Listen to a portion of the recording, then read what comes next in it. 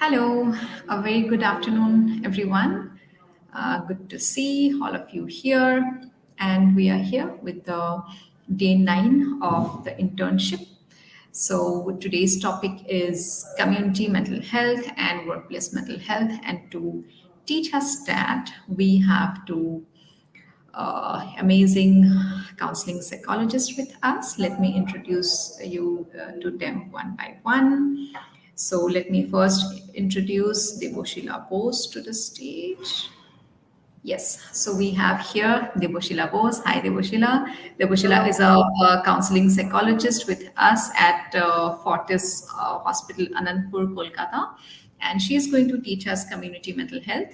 Along with Deboshila, we have Anchal Sharma. Hi, Anchal.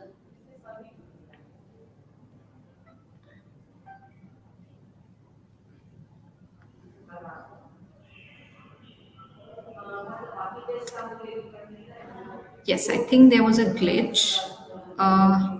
Okay, so we have Anchal Sharma with us, and Anchal Sharma is a counseling psychologist. She practices at Fortis Mohali, and Anchal is going to teach us workplace mental health. We welcome you, Anchal. Is Anchal visible? I can't see her here. Let me see. There might have been a glitch. Let me just try again.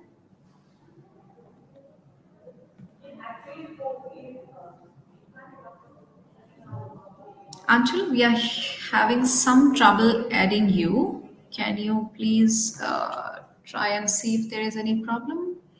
Okay, so till Anchal comes, I would let Deboshila go and get ready for her presentation because she is going to come next to Anchal. And till then, I will be able to take some questions. And if you have any questions, let me know. I can take it up.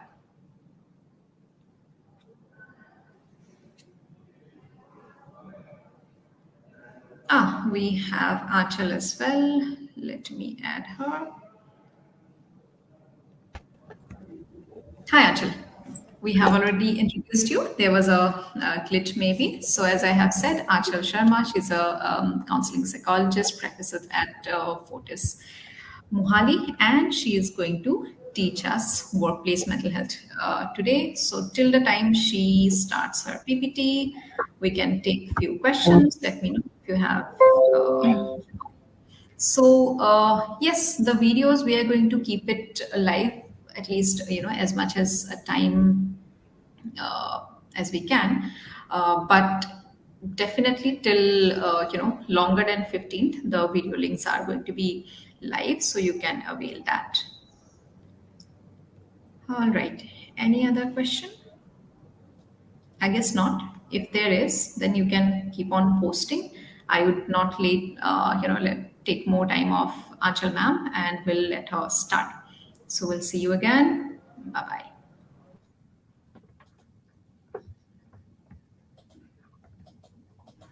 Hi everyone, good afternoon. Today we're going to talk about workplace mental health and very interesting topic, I think, because at the end of the day, all of you young budding psychologists have to go back to the workplaces and you have to help yourself also and other people around you also, the employees. So today we are going to talk about this very important topic, and we'll begin with a basic introduction that what we're going to talk about in the session. So we will take up that how workplace mental health is encompassing the psychological well-being of the employees within a work environment, and we'll understand that how the mental, social and emotional aspects of an individual's work life is playing a role here, so which might involve the cognitive and emotional processes which are affecting how an employee is handling stress, relating to other people, making decisions. It in the social context, it relates to our ability, that how we are forming some satisfying interpersonal relationships at our workplace, how our relationship is with our colleagues, with our team leaders, our managers, and how comfortably we are able to adapt to different social situations at our workplace. And also, when we're talking about the emotional aspects, it refers to our ability to manage or express our emotions in a healthy way and a productive way, where we are able to use assertive communication or skills to keep our point of view, to stand up with what we feel like, considering the wants and needs of other people also around us. So, henceforth, these factors will significantly influence the productivity, the job satisfaction, and interpersonal relationships at the workplace. So, good mental health will lead to better focus, better creativity, and efficiency at workplace. And employees who are feeling mentally well, they are definitely more satisfied with their jobs, and healthy mental state can promote better teamwork and communication within the workplace.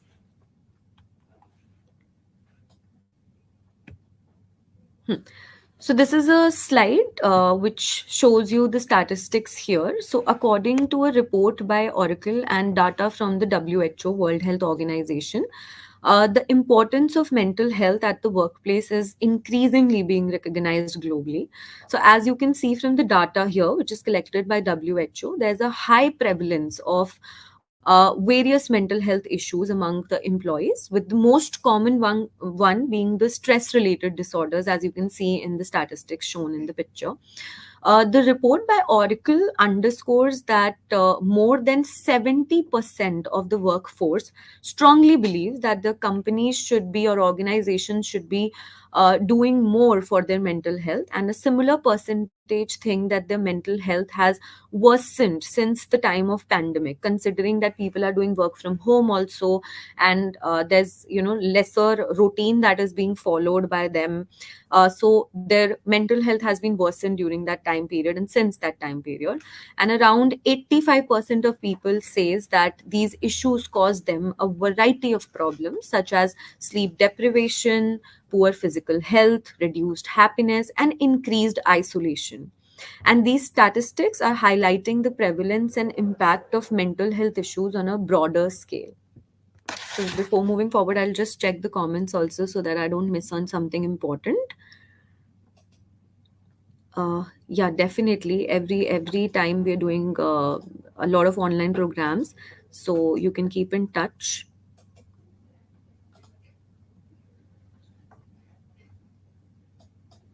Yeah.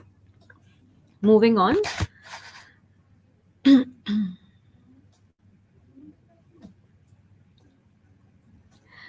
Right. So, while we're talking about workplace, there are certain types of illnesses that we need to address to. While people, if they are not in the right state of mind, they might suffer from a lot of concerns and illnesses at workplace. So they might have stress and anxiety disorders, which are very common due to high job demands and high pressure at the workplace. The comparisons that are there at the workplace. They might suffer from depression and burnout also, which might often result from prolonged stress, the lack of support that they might not be getting from their seniors or authorities or at workplace, or even at their home front, right? So if a person who is already having a lot of issue at the workplace, and when they go back home also, and they're not getting any support from their loved ones, they are their wives or their husbands or their parents are not present for them, that can also increase the amount of burnout that they're having. Sometimes it can also bad mental health at workplace can also result in post traumatic stress disorder and obsessive compulsive disorder, which may arise from the traumatic events or obsessive thought patterns impacting their daily functioning. Substance abuse or eating disorders, which often are working as a coping mechanisms for underlying mental health issues. So if a person is dealing with a lot of issues at their workplace, they might kind of go back, and as a coping mechanism, they might just start using substance as a way out of it. Bipolar and attention deficit or hyperactivity disorder, which can again affect their mood regulation and attention, impacting their performance and relationships at their workplace. So certain signs and symptoms that a person suffering from any kind of bad mental health at workplace, this can result into behavioral signs, which leads to changes in their work performance, which is decline in their quality or quantity of work that they're doing. So they might be doing very good at their workplace, but maybe another day there is some change in their work performance where they're not able to focus properly. For past 1 year or 1.5 year they were doing really great, but now from last 6 months their performance is changing day by day, which is declining in their quantity or quality of work. They prefer in absenteeism, and even if they are present, they are mentally very disengaged. They're physically not present there, and their sick days might be increased. They will, keep on having leaves again and again. Uh, so the topic today that we're discussing is workplace mental health. Uh, and these are the signs and symptoms that we're discussing at workplace mental health. If a person is not feeling well, these are the particular signs and symptoms that they might start feeling, which might tell us or the person that, okay, these are the issues that they're dealing with, and henceforth they have to seek the right help for the same. So absenteeism and presentism. So increased sick days would be there for the person. They might just keep on feeling that I'm sick and I don't want to come to the office. Withdrawal symptoms might be there, where they will avoid their colleagues and social interactions with people around them, and a lot of mood swings where there will be unpredictable emotional reactions to people or to certain situations where there is no requirement of that mood swing. Uh, yes, I'm a counseling psychologist, and my name is Achal Sharma. To whoever has joined little late. Moving on to the emotional signs. So a person might feel low and have depressive mood, where there's persistent sadness or hopelessness that they might be feeling every time. Anxiety or excessive worry, which is constant uneasiness that they might feel, or nervousness that they might be feeling every time there's a new project or something, and there's a change that is happening, or the manager or the team leader is changing, and they might feel these emotional signs where they will be nervous talking to the person. They will be having some uneasiness in taking up that new project. And loss of interest, where there's disengagement from previously enjoyed activities. So even before, they might be taking up so many new projects and everything, but now, because there's loss of interest and they might be feeling low self-esteem or anxiety, or some persistent sadness, they might feel that now I'm not able to do the task in a very proper way as I used to do. They might be very short tempered or frustration over very, very minor issues. And they might depict that frustration on or anger on their colleagues, on the co-colleagues, or they can also, show that anger in front of their family members or their loved ones. Cognitive signs, where they can show some memory issues, where they have difficulty recalling a lot of information in day to day activities. They might keep on saying कि मैं भूल रहा हूँ मुझे आजकल याद नहीं रहता है. They will have difficulty in concentrating and focusing on certain tasks, and decision making will be very difficult for them. So either there will be poor judgment for things, they will not be able to understand what is right and wrong here, or indecisiveness would be there. And even if they're making decision, at times there will be very hasty decisions that they're making. Negative thinking, which is pessimistic outlook for work and for life in general. They'll not be able to have a work life balance. They'll keep on thinking that this is how my life will go on, and this will be a prolonged thing that will keep on happening and nothing will change in my life. Now, moving on to some causes of workplace mental health. So, uh, uh, these causes are complex and multifaceted causes that we're going to talk about here. So, number one is work related stressors, which can be higher workload. So, if they are having excessive tasks and tight deadlines, this is the time period that you have to complete this work and this work needs to be done. If these orders are given to them, so there will always be a negative loop or pattern that they're having in their mind that, okay, this is, मेरा time schedule जा रहा है, deadline है, मुझे ये काम खत्म करना है और वो नहीं हो पा रहा है, तो that will create a lot of stress to them. They might not be able to sleep properly, they might not be able to eat properly, and they might lose weight also or gain weight also. So a lot of things can happen in this part. There will be lack of control which they might feel. For example, there's limited autonomy in job roles. So they're working, they have a particular profile that needs to be worked upon, but वहाँ पर उनको एक autonomy नहीं मिल रही है, एक freedom नहीं मिल रही है अपने टास्क एक तरीके से करने के लिए, या फिर how they want to decide onto their projects, what they want to do, how they want to take it forward. So that can create a lack of control and poor work life balance, where they're not able to manage the professional and personal life in the right way. Even when they're going back home, maybe there are calls and there are text and WhatsApp groups and everything, uh, because of which they're not able to focus on their family members or their children. Environmental factor can be the next cause of workplace mental health issues, where there's a negative culture at the organization or lack of support from the organization or authorities. Poor management practices, where they have inconsistent policies or lack of leadership is there. So I'll give you an example here. So I got a patient recently only who was dealing with this. So 2 3 patients that I'm dealing with presently who are having these workplace related issues only, and one of them was discussing that how his leaders or the management is not being able to, even if they're able to understand that these are the issues that they're dealing with or the person is dealing with, still they won't be able to take a stand for that. Still they will keep telling the person to, kar le, tu kar lega, we know that you can do that, that's why we are giving you the work. So he's understanding that this work is not something that I am supposed to do, this work is not something that comes under my work profile, but still they have to kind of do that because of the lack of leadership or assertiveness which is not coming out of the manager. So these inconsistent policies at times can create a toxic work environment for the person, which might create a lot of signs and symptoms that we talked in the previous slides. Personal factors can also cause workplace mental health issues, wherein a person might have a lot of financial worries, they have economic stress impacting their mental well-being. Family में शायद वही हैं जो इस time पे पूरे family को चला रहे हैं, या they're not able to get the things that are needed for the family. They have children also to kind of take care of.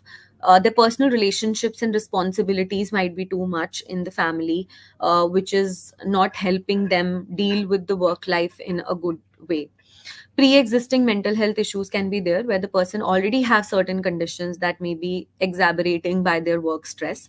So if a person is already dealing with depression and then they have a very challenging workplace also, where they have to deal with a lot of projects, they have to deal with a lot of tight deadlines, or a person who is having ADHD, and if they work in a setting which have tight deadlines, so definitely the environmental factors and the work related stresses would be more there for them, considering that they already are dealing with an issue right now.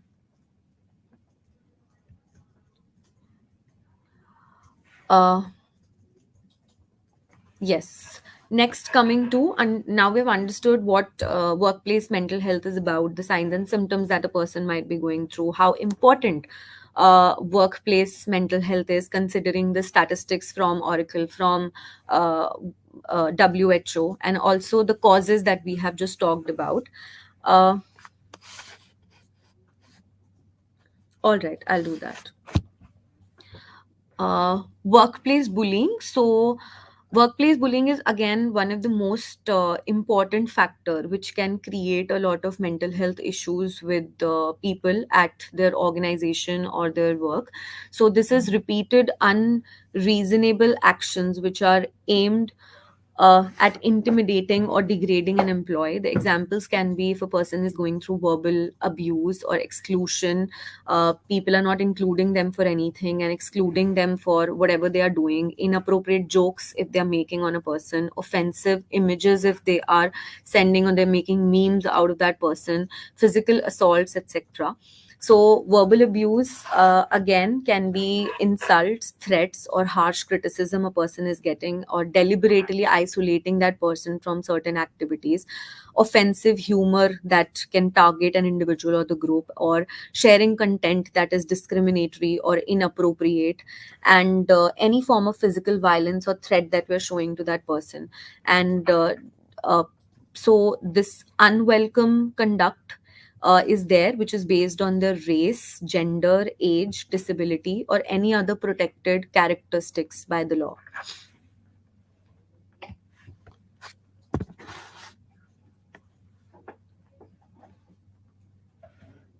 Uh, I'm just checking the comment section if there are any questions if we have missed on to.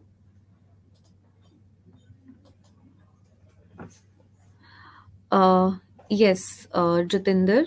Um we talked about it in the very beginning of the in the beginning slides that yes, work in the statistics part also, that a lot of people have mentioned that it's research that after COVID and since COVID, basically the workplace burnout has increased a lot, and that's what we will talk in the coming slides also in detail.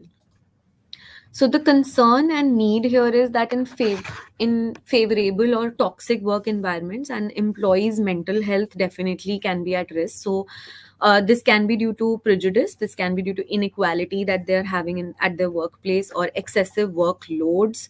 Uh, the little job control, the autonomy that they might not have, or job insecurity amongst can be the other reasons. So such a culture can severely impede the growth of the employee as well as the company also, which is why there is such a high concern and need for better mental health policies and facilities at workplaces. So the fact listed below, which is here in the third point and the fourth point, is something that we can gain an idea about. So anxiety and depression are thought to cause 12 billion lost working days annually worldwide, and this is costing $1 trillion in lost productivity, and this is given by WHO. And in 2019, it was estimated that 15% of adults of working age are suffering from a mental illness, again by WHO.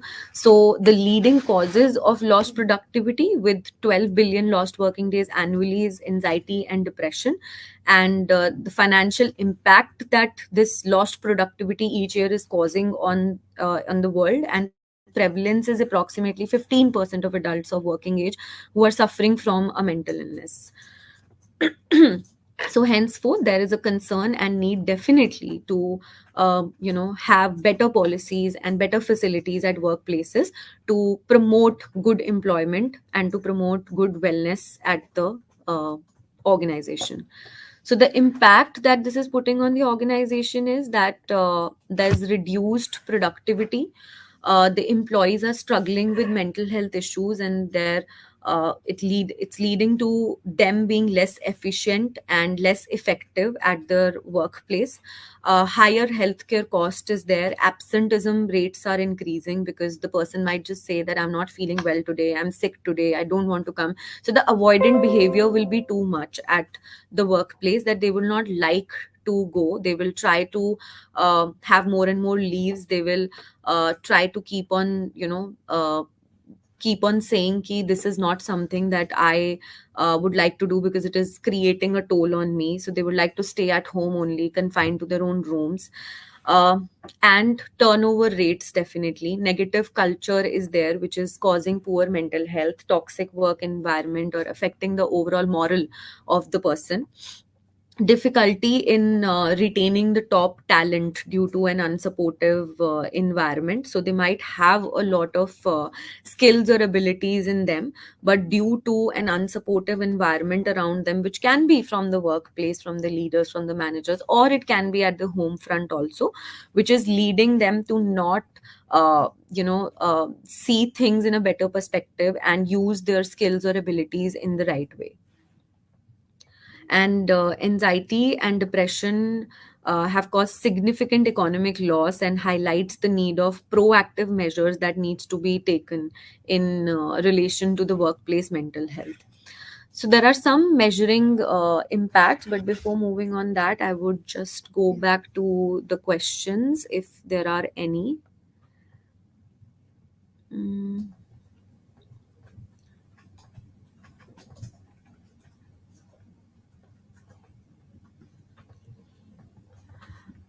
all right.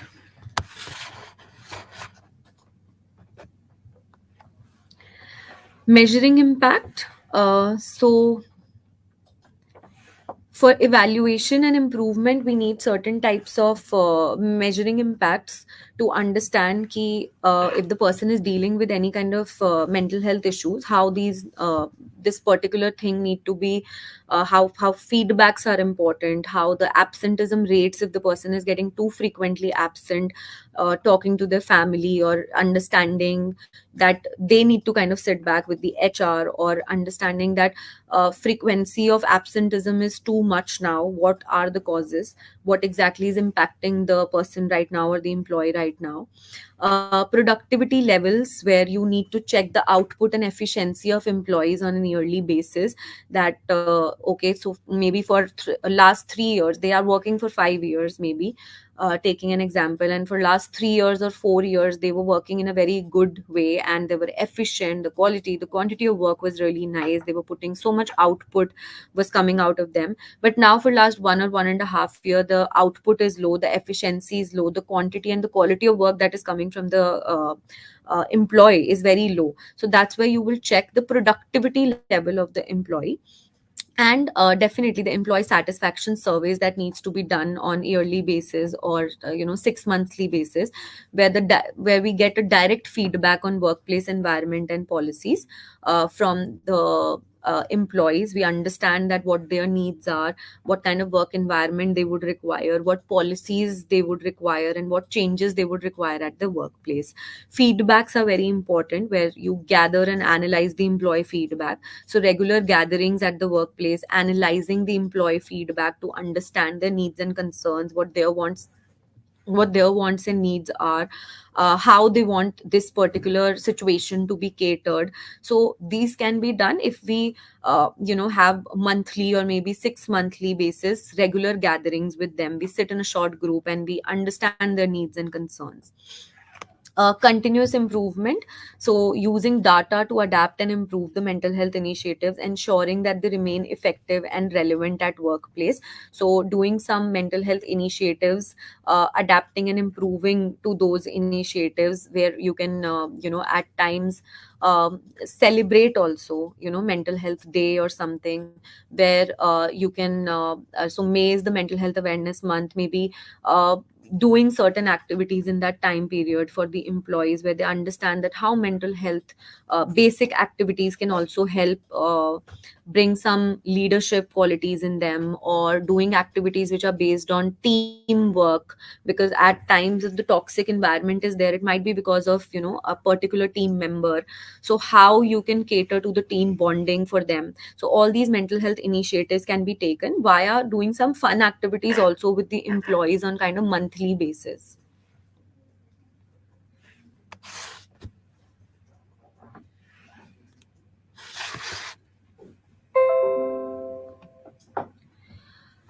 Psychological contract is something that we need to understand here, and this is different from physical contract. So psychological contract is an employee's perception of their exchange relationship with an organization. So if an organization, so when we go to get a job, there are certain roles and responsibilities that the organization provides us, that these are the things that are expected out of you. So similarly, it's an employee's perception of their exchange relationship with an organization. And this psychological contract basically helps to foster positive relationships. A strong psychological contract will help build healthy relationships and supportive work environment around them. Employees will be more motivated and committed when they will feel valued and respect, that yes, these are the things that my organization is doing for my mental health, or for my physical well-being, or for my financial well-being. So these that particular respect and commitment towards the organization will be more. I will, because as an employee, I will be feeling more valued and respected. A positive psychological contract can also lead to increased loyalty and reduced turnover.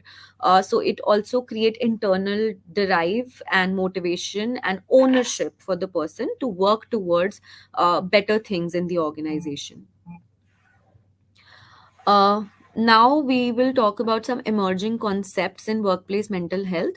There are some new challenges and opportunities at the same end. So the first part is imposter syndrome. So this is a belief that one's achievements are not due to true ability but because of luck or deceiving others. So this is a very emerging concept right now, and a lot of people, and in the corporates that we meet, we talk to as employees who are dealing with issues, most of them would be having this imposter syndrome these days, where they will start feeling that it's not me who has done anything to come to this position, but it was all due to the luck, and because I have deceived other people around me to come to this position. So many employees feel that their achievements are not due to their abilities but rather due to luck or deception, and this will lead to chronic self doubt and anxiety in them. So there can be one example. So for example, an employee who has consistently delivered outstanding projects may still feel that they don't deserve their position, and they will be exposed as a fraud in front of everyone, and henceforth this will result them in overworking to prove themselves, which will again lead to burnout in them. So when the burnout will be there, the physical symptom would be there, again that loop will be created, and they will have a lot of mental health issues at their workplace, because it's more of the hard work that they keep on doing, that I am responsible for it, I am taking the whole ownership and everything, but that ownership is not coming because of the fact that I want to do something nice and I have that ability and capability, but because of the factor that okay, I will be exposed in front of everyone as a fraud person. So a similar case is we're dealing with presently with the patient where they're having this particular issue of the same imposter syndrome, where they're feeling that it's not because of me, but or it's all because of luck, that okay, maybe they just thought that I'm okay and I should get this particular position in my workplace, but I am not the one who's doing great job in that.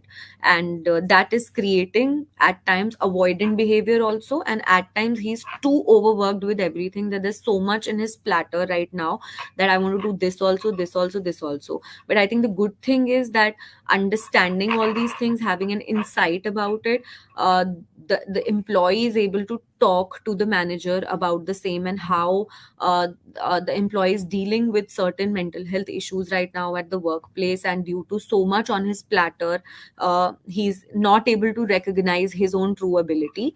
And that's where the psychological contract also comes into play, where the organization is equally understanding to that part, and they are helping the employee to kind of come out of that project for a little bit time period, take their own time to come out of this these particular concerns that they're dealing with, get themselves a little off from the workplace for a little bit time. And so that's where these contracts are really really important, that communication with your managers, with your team leaders is very very important.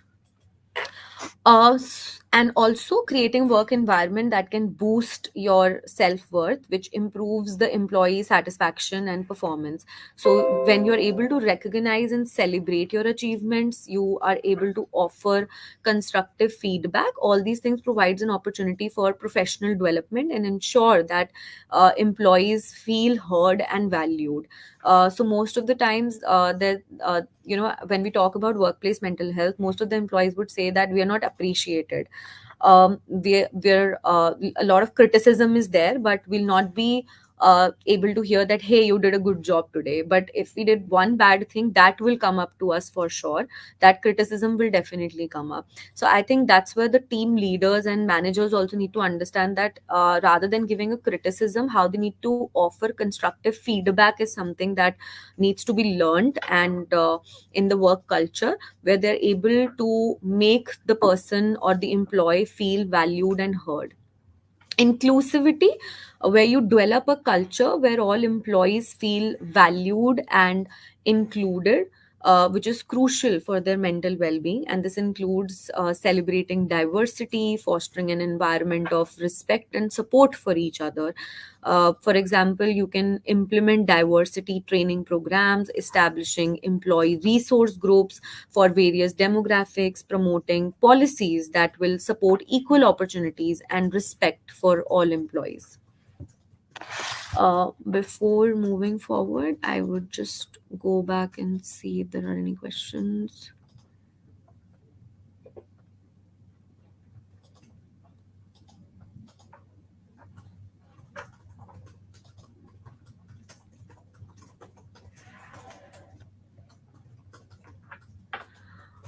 So while we're talking about how psychological contract is created, it's basically is an unwritten set of expectations between an employee and an employer. So during the recruitment and hiring process itself, the employers communicate their expectations uh, through job descriptions, interviews, and offer letters. So the onboarding process helps the employees understand the organizational culture, the values, and what is expected out of them.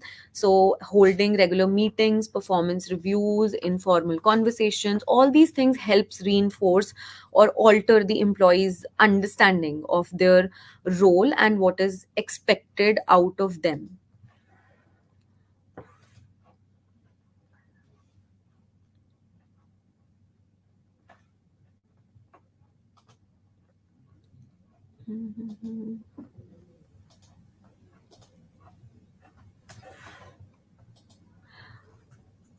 uh, Again, answering to the components of psychological contract, again it's consists of various components that will encompass the mutual beliefs, the perceptions, the informal obligations between employer and the employee, and these can be transactional in the form of salary, work hours, or career development opportunities, or in any other such forms.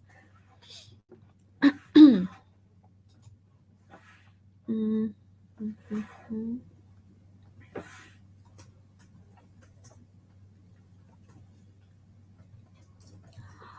So, a counseling psychologist, they primarily work with individuals, couples, and groups to help them deal with the emotional, social, and development and health related issues. Whereas organizational psychologists apply the psychological principles and research methods to the workplace. So, they focus on improving the productivity, work quality, and employee well being within the organization. So, while we're talking about workplace mental health, organizational psychologists are people who work in these corporates and help the people to bring more productivity and work quality and well-being for the employees.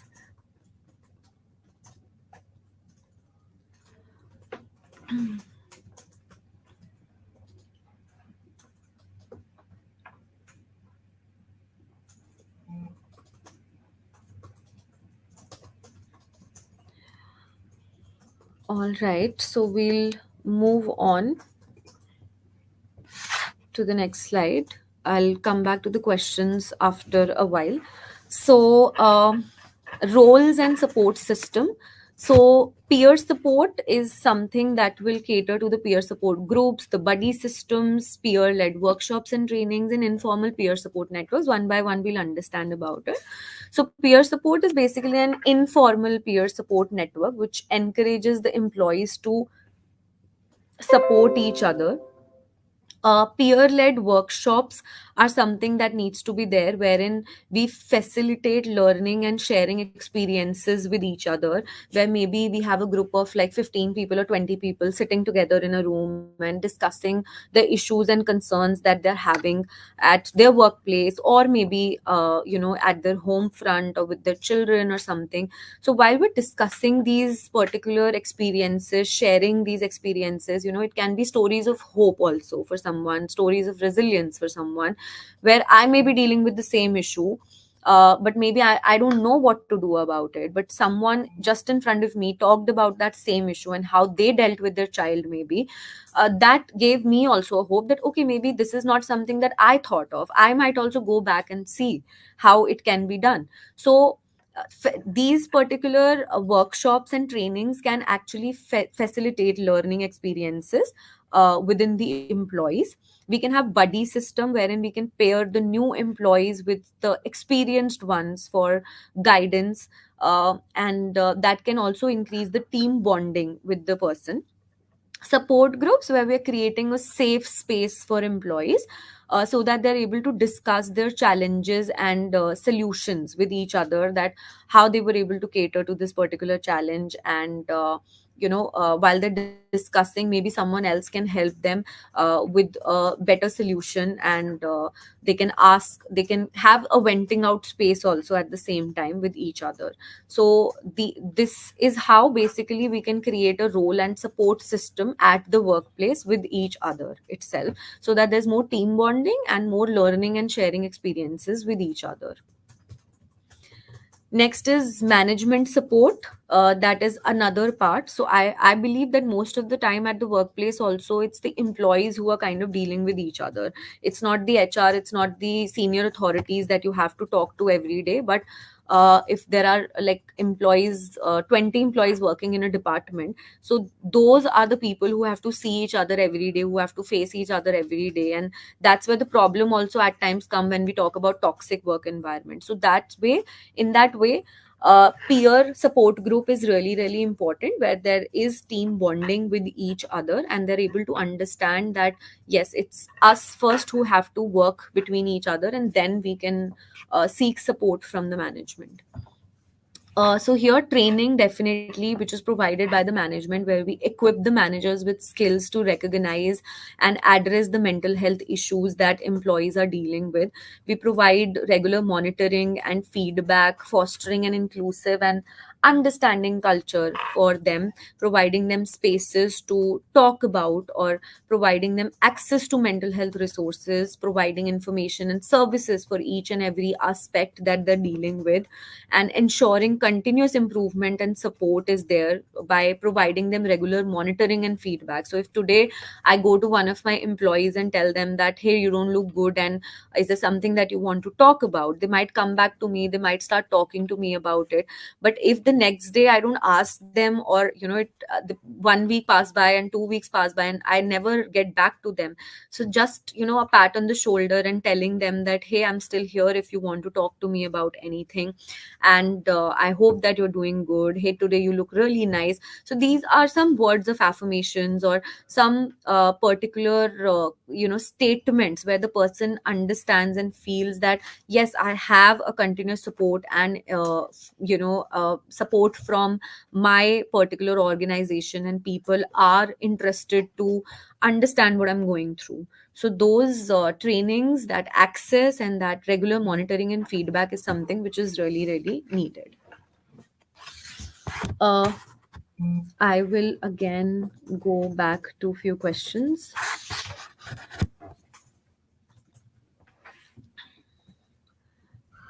So if the organization isn't following the psychological contract, so I would say that firstly, it's a very new thing, right? A lot of organizations might not understand the concept, or a lot of employees also might not understand the concept of psychological contract. So if they're failing to adhere to the psychological contract, it can often lead to a variety of negative consequences that both employees and the organization will have. So organizations who are not having psychological contract, or not understanding do not have an understanding about this concept, it can lead to decreased job motivation or satisfaction. It can The employees can feel increased stress and anxiety, low productivity, and loss of trust also for some. So in India, mostly individuals attribute their successes to God. Could it indirectly lead self-doubt? Is this also imposter syndrome? No. So imposter syndrome, as I mentioned, it is the feeling that, I'm a fraud. I don't deserve to be at this position where I am right now. And they generally attribute their success to, when you're saying God in India, especially, it's the faith and being humble.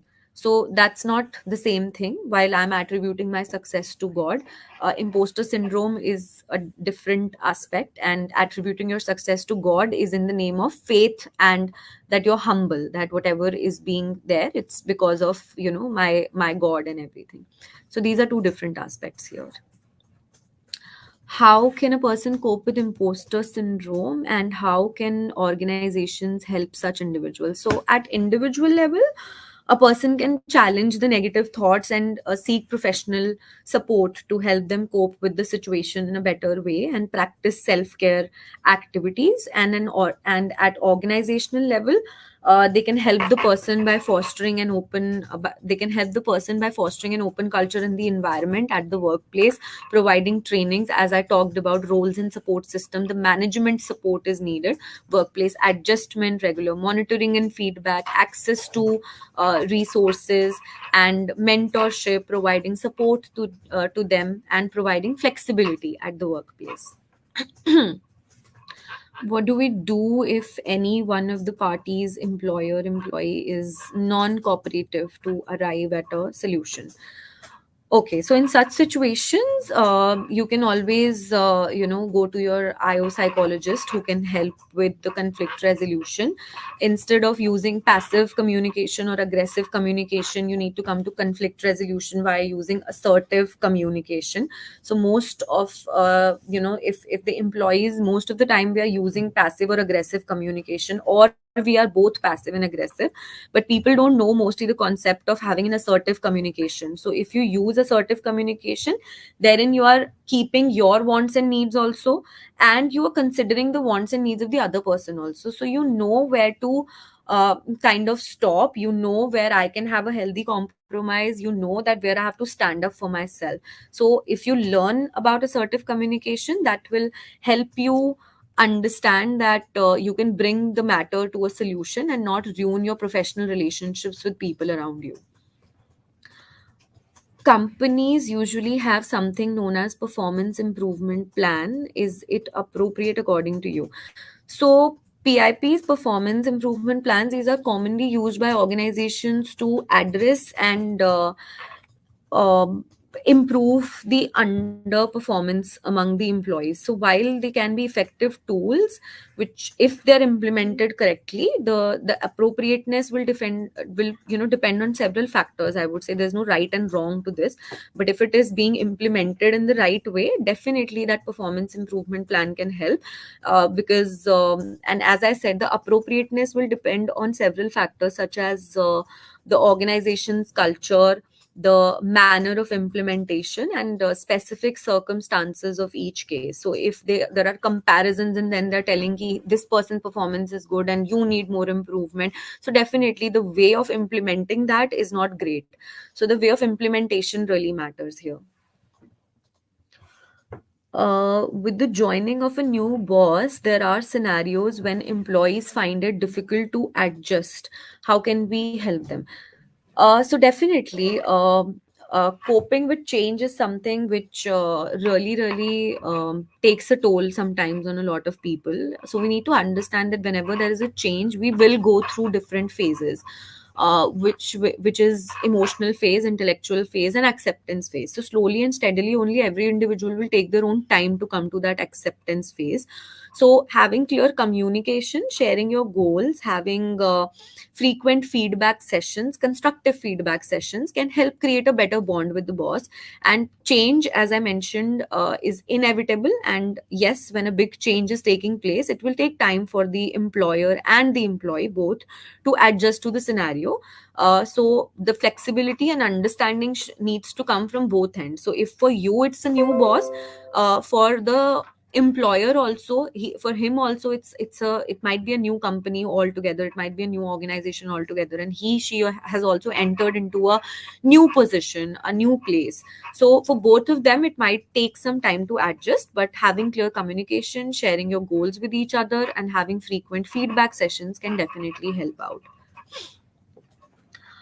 uh, are issues of the employees only considered by organizational psychologists, or will getting a simple master's degree in psychology allow us to do this? So a master's degree in psychology will help you understand these issues, but to go into them in depth and make strategies which might be specific to organizations to tackle them, knowing the intricacies of each organizations, that can be best done by an organizational psychologist. Moving on with the roles and support systems, we have talked about the peer support, management support, and the third support which comes into picture is professional support. So here we have on-site counseling services, remote counselings or teletherapy, crisis intervention services, and online resources and self-help tools. So Making mental health information and self-help tools easily accessible to everyone is something that, as a professional support, we have to do that.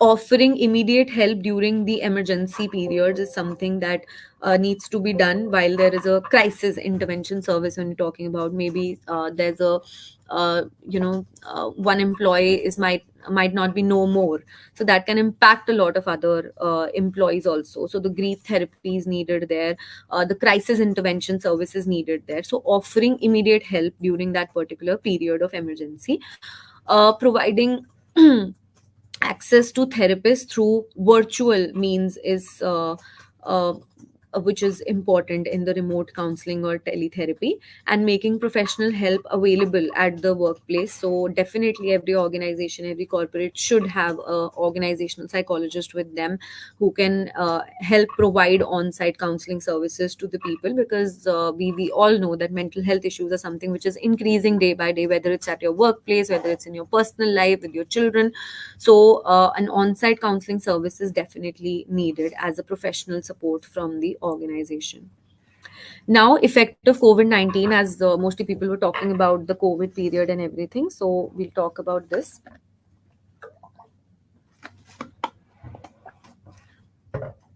So COVID-19 pandemic definitely has put a lot of impact on mental health issues, and particularly in the healthcare sector, as I would say, leading to increased stress and a phenomenon termed the Great Resignation, which basically refers to higher number of people leaving their jobs due to poor mental health, involving severe stress and burnouts. And I would vouch for this particular thing, because there are a lot of people, while they were coming for help in this time period, or right now also while they're having work from home and everything, a lot of time they feel that maybe this particular work is not something that I should do, maybe this particular organization is not something that I should go for. So all these particular emotions, the thoughts, the negative thoughts in them, is creating this phenomenon termed as Great Resignation, where they are referring to, which refers to higher number of people resigning from their jobs, leaving their jobs due to poor mental health, which is involving severe stress and burnouts in employees. And organizations need to support healthcare providers better by providing financial resources, especially to those affected by the pandemic, and effective waste management practices that can ensure a clean working environment. So, uh, there are 85% healthcare providers surveyed believe that the pandemic has worsened their daily stress, and 9 in 10 healthcare providers believe uh, the medical waste management is necessary for an effective workplace with less likelihood of fatigue and burnout. And organizations definitely need to provide that financial resources to the people. And similarly, for other particular organizations also who are suffering from work from home challenges, there are a lot of engineers who are doing their work from home, and that creates a lot of isolation and loneliness in them at times, where there is lack of face to face interactions, lack of routine is there. They're missing the social aspects of the workplace. So at times they're okay also with the, working from home and being alone. But when that particular bout comes of anxiety or of loneliness, then that's an issue for them, because they're missing on to a lot of social aspects and feeling disconnected from their colleagues. So there's reduced social support that they're having right now, because when we're coming to the workplace, we might be of course suffering from a lot of issues or stress or anything. But if I know that I have a co-colleague here with me, I can just go and have a cup of coffee with them, and I can just sit back and I can talk about what I'm dealing with, and that can make me feel a little lighter. I might just hear their story also, and I might feel ki oh yaar, iske department mein bhi yahi chal raha hai, they are also dealing with the same thing, so it's not just me. So that can make me feel a little bit connected, in the sense of that okay, it's not just me, and other people are also dealing with this issue, and maybe talking to them can help me understand that I have that social support. Blurring work life balance, where they have difficulty separating work from personal life, work encroaches on their personal time, increased burnout is there, constantly they're being on without clear boundaries. So they might not be able to say no to a lot of things that people might just come to them and tell them ki ye bhi kar do, ye bhi kar do, and they might not just say no to the fact. And every time maybe they are the people who have to stay late also at the work, and they're not able to say no to that. So saying no is something that we need to again learn, and which can help, which can again come in the lack of communication, where we need to learn assertive communication. The employees need to understand what assertive communication is, and separating themselves from the personal life, maybe when they are with their children, when they are with the wife, they are on a date, and they're not able to talk to their to the other person very nicely, or they're not able to give time and importance to their family in that time period, because they're so engrossed with the thoughts of what will happen tomorrow in the meeting, or what will, I have got this particular mail, I have to revert back to it, or I have to revert back to this question that has been asked to me on the WhatsApp group. So all these things create a lot of, again, difficulty in them and increased risk of burnout. Communication barriers, where they feel they feel like they're missing out on informal communications. There's a lack of regular feedbacks and recognition. They feel undervalued at times, and there's a lack of communication maybe at times when they're having any kind of problem. So even if they want to communicate, they might be just passive, that okay, main kar lunga, or they might be very aggressive, that why every time you're giving this work to me. So they will not understand that this particular situation might be dealt in a different way, where I can understand the wants and needs of the other person, and at the same time I can keep my point of view also very politely and calmly. Remote worker support strategy, where we support the remote workers. We provide them access to remote counseling. So mental health professionals can be made available for remote consultations. Digital mental health tools can be provided, wherein we can have apps and online therapy sessions for supports, for supporting the employee. Regular mental health check-ins can be there. So most of the organization do provide physical health checkups every year for their employees. They have tie-ups with different organizations. So similarly, a mental health check-in is also very important, where managers can conduct regular check-ins. They can create opportunity for employees to share their challenges and receive support. They can help build a culture of openness, encouraging employees to discuss their mental health needs with each other. Psychological first aid, again, a very new term and very important thing to understand here. Before coming to that, I will just quickly take few questions. Uh,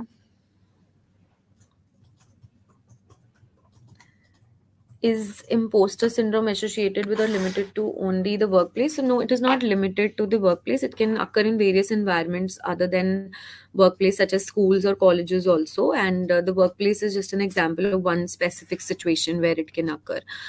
What if the organization is not providing mental health facilities or resources to such concerns? How to cope up then? So, if an organization does not provide mental health facilities or resources, it can definitely be challenging to manage the stress or anxiety or any other mental health concerns effectively. But however, there are individual practices that can be done by a person to cope, like self-care, seeking external support, and most importantly, providing feedback to management or to HR about the need for mental health resources and support while they're filling up the forms and everything on an yearly basis. So though most of the organizations in today's era are practicing a lot of mental health aspects, but yes, there may be a few who are not doing that. So as I said in the support system part also, that it's not just the HR, or it's not just the authority figures who have to take care of it, but at the end of the day, it's those 20 people or maybe 100 people who are working with each other every day, who see each other's face every day, who have or might not have problems with each other every day. So I think the first and foremost aspect is that we do the individual practice. We are there for each other to provide that kindness, that empathy. If we see a person suffering, we are able to provide them that space to talk. And that's where the psychological first aid, the slide that it's just showing you in front of you, I'll take the questions in a while. So, because we're talking about this aspect, so I think this slide absolutely covers the answers. So, psychological first aid is something which works on three L's: look, listen, link. So we are looking, we're understanding the situation and the person's immediate needs. So if I have a colleague and I see them every day, they're not in a good position and everything, but I still ignore. I still feel that, okay, why do I have to do it? My manager will come and they will ask them. But every day, it's not the manager who is dealing with us. It's me who is sitting with this person every day, who shares my lunch with them, who shares my coffee with them. And if I am not looking and I'm not understanding the person's immediate needs, then I am at fault first. So that peer support is number one aspect where you need to deal with the employee. Then you listen to them, you provide a compassionate ear and allow the person to express their feelings in the right way, where you keep their feelings and their thoughts confidential with your own self, and you link them to the right person. You provide them or offer them practical assistance and connect them to the person, to additional resources.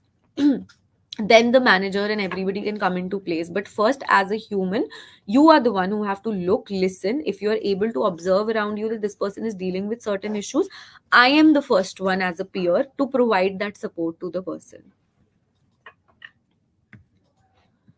uh so next question: are those experiencing depression are more likely to exhibit imposter symptom? There is a correlation between the two, but there isn't a specific cause and effect relationship. So many mental health problems are comorbid with each other. Does continuous work call create burnout? Yes, definitely. It can cause burnout because too much focus on one aspect of life makes a person neglect the other aspects of their life, and it can create a lot of stress with no way or no time for the person to relieve their work stress. What qualification do we need to become an organization psychologist? So I think we've come to that slide only now.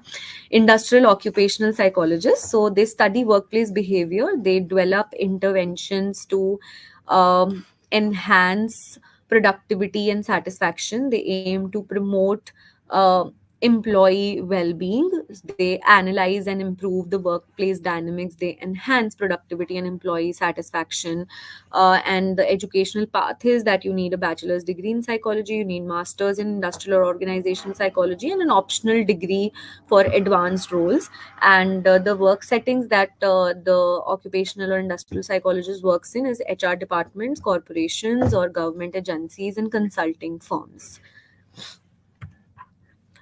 Practical examples of few companies performed mental health workshops and stress management activities. So they provide training sessions and activities to manage the stress and promote well-being, especially at a workplace setting, to ensure the job as well as employee satisfaction. They provide access to mental health professionals in the form of employee assistant programs, EAPs, which offer counseling and other support wherever and whenever necessary to increase the productivity while ensuring for the ease of the employee's mind. And rapid resource emotional support, where immediate support for employees, especially in high stress roles like healthcare or trauma related positions, in order to provide help as efficiently as possible to the best of the company's ability. And on-site wellness and healthcare services are provided in the terms of meditation, mindfulness programs, or other wellness activities which are performed in order to keep a check on people's mental health and providing a space to discuss the same. uh, Coming to the questions back again.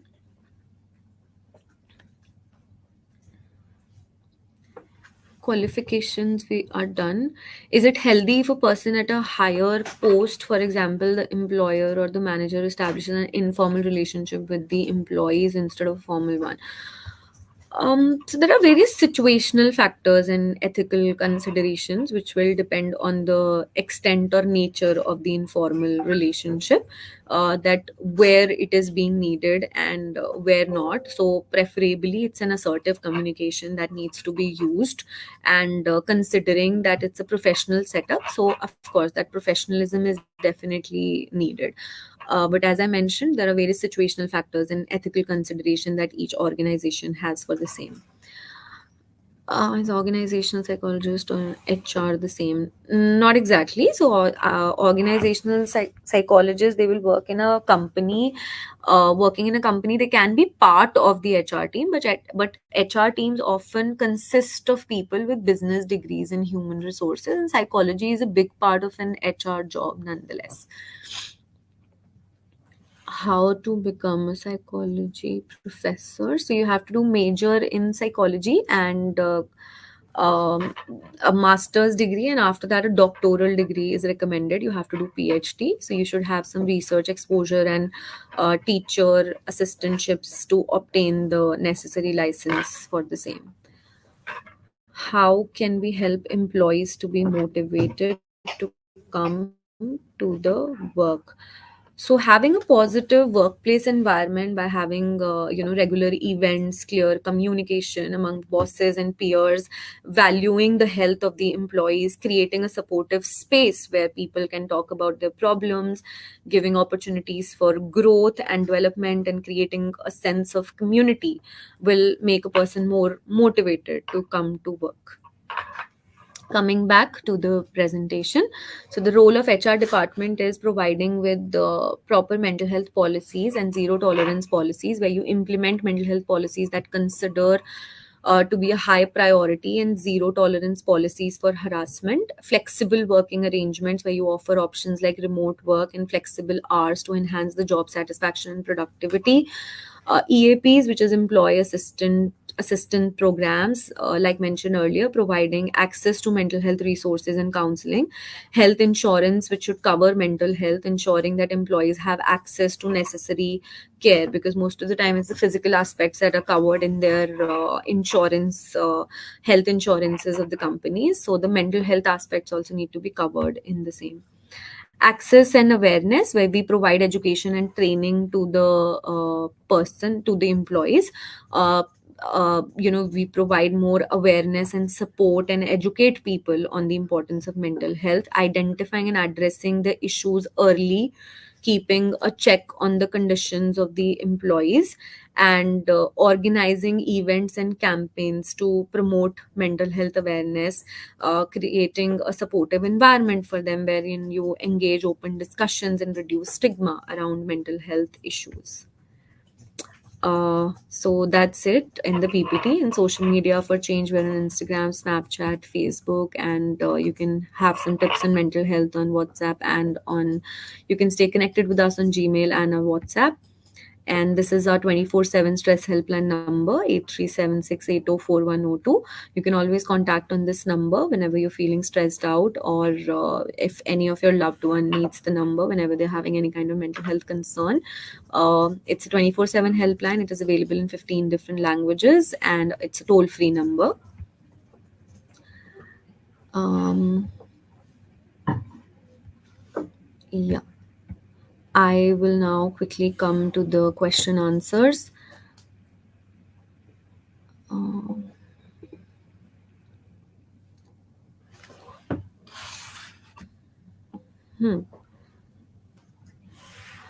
all right. Okay, so I think if you have any other questions, you can post it in the comment section. Otherwise, I think I have answered to the questions from my side.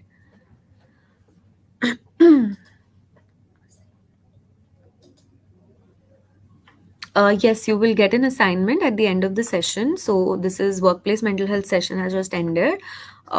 Then we will start with our next session, which will be done by Ms. Debushila.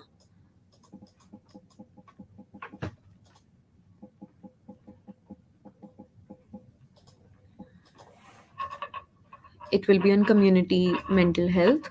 So we'll soon start with that as soon as we end the session on workplace mental health. And then at the end of the session, you will be provided with the assignment.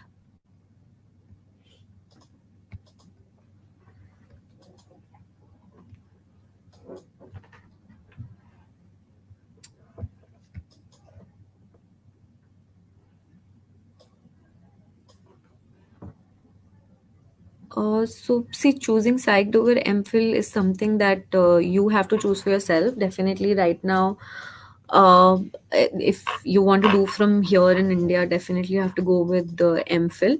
So if you feel that you want to go abroad, it's a matter of choice what you want for your own self.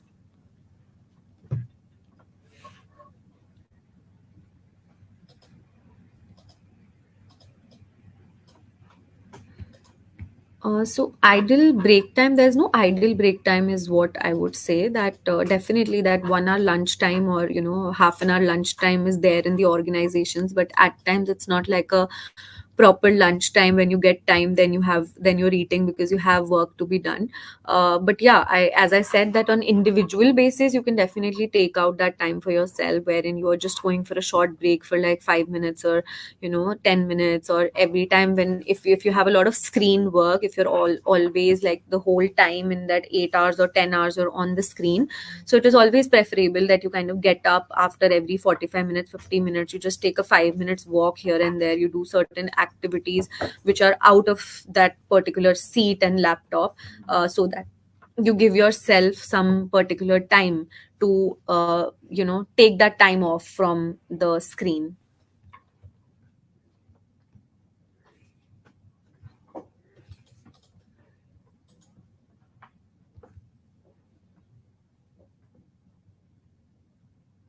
Thank you, Ashima. So difference between a counseling psychologist and a clinical psychologist is that a counseling psychologist would have a degree of the bachelor's in psychology and then master's in psychology, and then doctoral degree is something which is optional if they want to go ahead with. And in with clinical psychologists, they deal with more severe mental health conditions in comparison to a counseling psychologist. A counseling psychologist will deal with group counselings or maybe relationship problems or career issues, or and a clinical psychologist will deal with more severe mental health disorders. And they have, after the master's degree, they have an MPhil degree from an RCI recognized place. Child, it's completely your call if you want to go to abroad or if you want to do it from here, however you like it.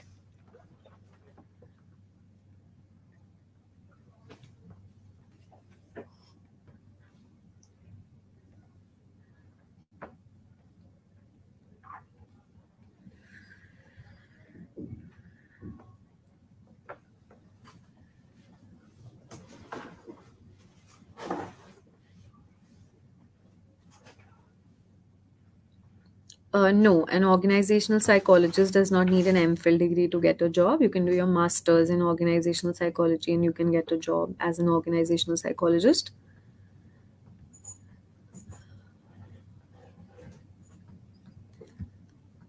Attendance link would have been shared in the description part, I'm sure. So you can go and check the link there and you can fill your attendance.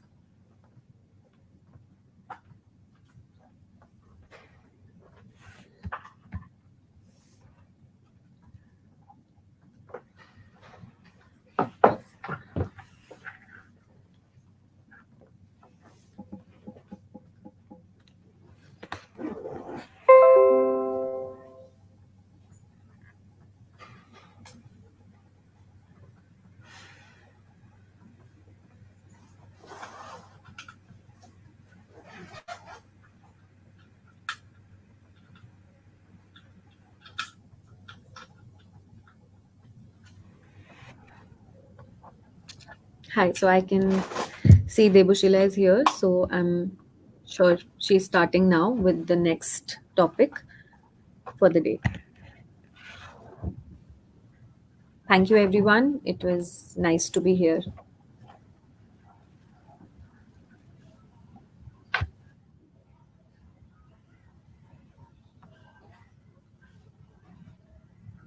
Okay. Hello. Uh, Good afternoon, all of you. So I guess all of you had a great session with Anchal ma'am, and now we will be doing community mental health.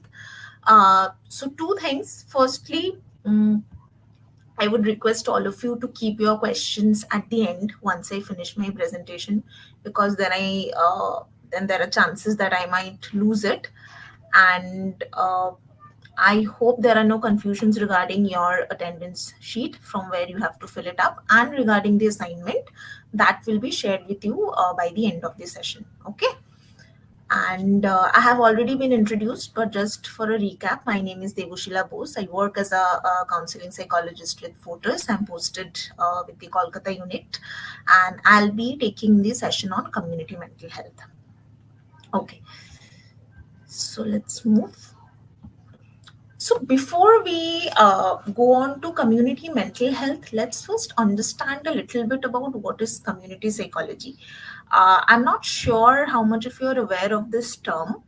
So community psychology is about understanding the psychological processes within the community, right? So it's basically about the reciprocal interactions between the individual and the community. Okay. So it's a macro based approach. So the unit of study here is a community and not the individual, right? So it tends to integrate social, cultural, political, economic, and environmental influences to bring positive changes and empowerment at individual and systemic levels, right? So in community psychology, what you look for is not, working with individuals, isolated individuals, but working with the community as a whole, understanding the standpoint of the individual from the context of the community, from the cultural, the social environment of the community, and then working with that community on that context, so that certain positive changes can be brought, right? Okay. uh, so some important theories, these are basically just a bit of overview, so that you do get an orientation to what is community mental health. Okay, so somebody is saying, hello ma'am, please give a break. Do you want a 2 minutes break? I can like take a 2 minutes break before I start on with my presentation. Others, please respond. If you want a 2-3 minutes break, we can give that.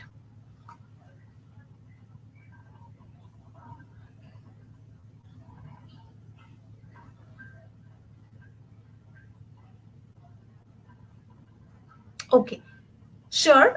So I think most of you are asking for a break. So it's 4:15 uh, on my laptop right now, or 4:17 on my phone. So you'll come back by 4:20. Is that fair?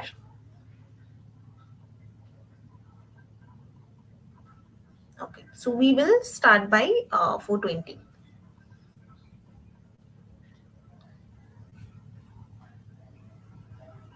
Meanwhile, if you have any question, any other queries, you can ask in the comments. And then once we start at 4:20, we will continue the presentation, and I'll not take questions during that time. I'll take questions after my presentation is over.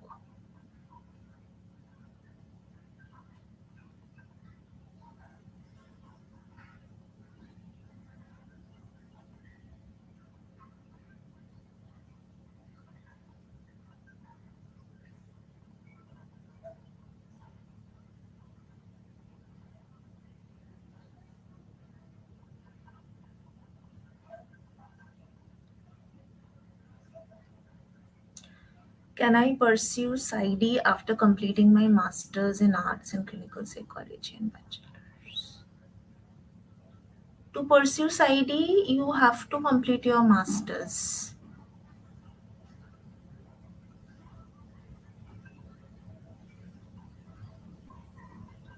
So you have to, like the universities and the institutions which offer a PsyD course, so you have to look into their individual criteria, what they're asking for. A master's in psychology is definitely required. Doing bachelor's in another subject, I'm not very sure. Please do check which is better option, 3 years or 4 years. That's something that more about your choice. It's as per the new educational policy that now we have a 4-year thing. So I'm not, uh, like, I do not have a very hands-on experience about how that system works, what is the course curriculum and everything. So I would say look into the course curriculums of both of the 3 year and the 4 year thing, uh, and then decide. See, you choose PsyD based on whether you have a research interest or not. So, like in MPhil also, there's a bit of research that you definitely do. But PsyD is about 2 years of your practical training and 2 years of your research related to clinical psychology. So, if you have an interest in that, you can go for it. Which field has more scope? See, honestly, in India, there is a lot of scope for every field because there is a huge shortage of mental health professionals, which we will be talking about in today's presentation. So, again, it's based on your interest.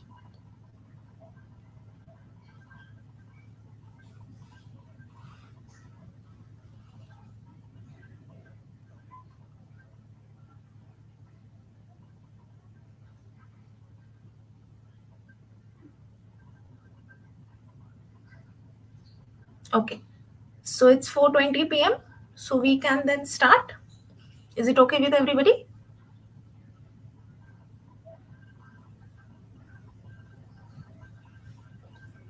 I think we can start, right? Okay.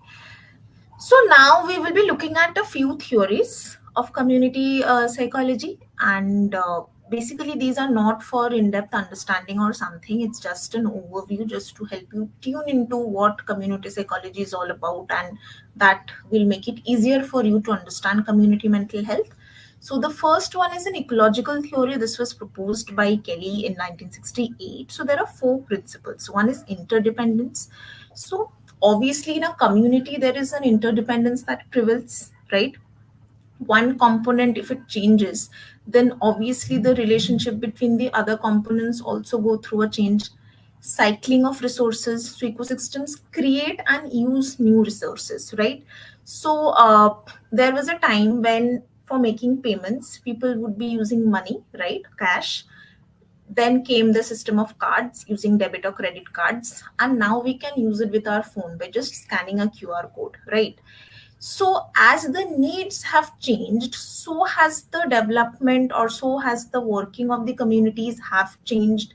And now as there is change that has set in with technological advancement, communities are also adapting similarly to that, right? So this was just an example. Adaptation, environment influence individual behavior and also change with its individuals, right? So I'll just give you a small example. If you see even 10 years back, the YouTube videos that we would see, those would range for at least 30, 35, 40 minutes, sometimes 1 hour. And right now we see, reels which only last for, a few seconds. So as our attention span has reduced, as life has become faster, as the patience has reduced, or let's say as the need to, absorb things fast have come up, similarly the environment has also changed, right? The kind of content that is being created now is also changed. A lot of reels are now being created rather than long videos. And people also change with that, right? So once the change comes in, we also start adapting to the changes. Initially people would be more about making videos, writing long posts, or putting up something that they have written on social media, but now they are into creating a lot more reels, to communicate any content. Succession, communities are constantly changing, thereby changing adaptive demand. So as communities change, the needs for adaptation also changes, right? So you will understand something known as a generational gap. I'm just using that as an example, right? So let's say in our grandparents' time, right? Uh, so nowadays what happens, like, which is not very healthy also, but what we do is even while we are eating on the dinner table with other members of the family, we are probably receiving calls because it's important, or we are sending something on WhatsApp, right? Now when this thing started initially, probably their generation had a lot of difficulty in accepting it because they don't find it very offensive, right? When that everybody's sitting together and communicating with each other and you are, not paying your full attention to that. But with time they have also adapted, right? They are also now very tech savvy. So these are the ways in which the demands for adaptation also changes, right? So it may happen that 10 years from now, the way changes are, we also would need to adapt a lot more. We would also see a lot of changes which people of the next generation might go through very spontaneously, but we have to bring in that effort to adapt to it. Okay. Psychological sense of community theory. This was proposed by Saracen. So let's look at the definition and then we will try to understand what it is about. Perception of similarity to others, an acknowledged interdependence with others, a willingness to maintain this interdependence by giving to or doing for others what one expects from them. The feeling one is part of a larger dependable and stable structure, right? Uh, so this basically speaks about a sense of community, right? A sense of belongingness to a particular community, which with it brings a subsequent sense of commitment, right? And from that sense of commitment, what comes is that you do certain things or behave in certain ways which your community expects from you, and this generally sums up the state of interdependence between the individual and the community, right? So since, say, a particular community, let's take the student community, right? So as students we perceive certain similarities with other students, right? They also go through exam anxiety, they also have the stress of meeting deadlines about submitting their assignments, right? So this is certain sense of similarity that we have. Now with that similarity that we perceive, we are able to understand that we are kind of interdependent, right? We depend on each other, and that interdependence brings in us that willingness to do things which is expected from us. So let's take an example in class. If an assignment or something was asked by the teacher to prepare and come the next day, right? So say 50% people have prepared and 50% people have not prepared, right? So isn't it that the entire class decides that we are not going to remind the teacher that this was due, right? So that is, even though you have prepared, even though you have put in your effort, but because I don't want my classmates to get scolded or to get punished, I don't take that effort to go and remind my teacher that this was due. We will do it 2 days later. I don't know how much all of you do it, but this happens. Okay. So this theory claims that people within a larger interdependent network are committed to that network or group. So this is the commitment that I was speaking about. Overview of empowerment theory. This was given by Rappaport in 1981. So he basically spoke about the fact that within a community there will be differences in the power held by people, right? Now every individual will have their needs, but when it comes to the rights to exercise those needs, the power or the resources to kind of satisfy those needs, those may not be equal across individuals in the community. So what is like how we should look at it is that there should be a fair distribution of power. Those in position of less power should be empowered with more power so that their needs are met. They also have as much rights as the others who hold position of greater power, and that will kind of bring a sense of harmony within the community and also kind of empower everybody within the community. Okay, so that was all about the community theories. Now we will look at community mental health. So to understand community mental health, let's study a case. So M, a 19-year-old enthusiastic and vibrant, has just started college after finishing school. M has been the most sought after student in school for academic excellence as well as active participation in various co-curricular activities. Friends and teachers have always praised M for M's skills and contribution. However, a few weeks into college, M has started feeling low and doubting self. Many students in the batch are more interactive than M in class. They seem to be more updated regarding the latest developments in the discipline and frequently engage with teachers to discuss about it. Apart from weekly seminars, there's hardly any other activities happening. A sports day, Independence Day, and Foundation Day are the only events celebrated that M has heard about. M is sincere in attending classes but cannot contribute significantly to classroom interactions. Moreover, M is finding it difficult to understand many topics and cope with the huge syllabus. At home, M is the only child in a nuclear family and stays alone most of the time before parents are back from work. M is not used to sharing feelings with them and so far has not been able to tell anyone regarding this struggle. Friends from school also seem to be occupied and busy with their college and other work. So the case is, I guess, pretty clear to all of you.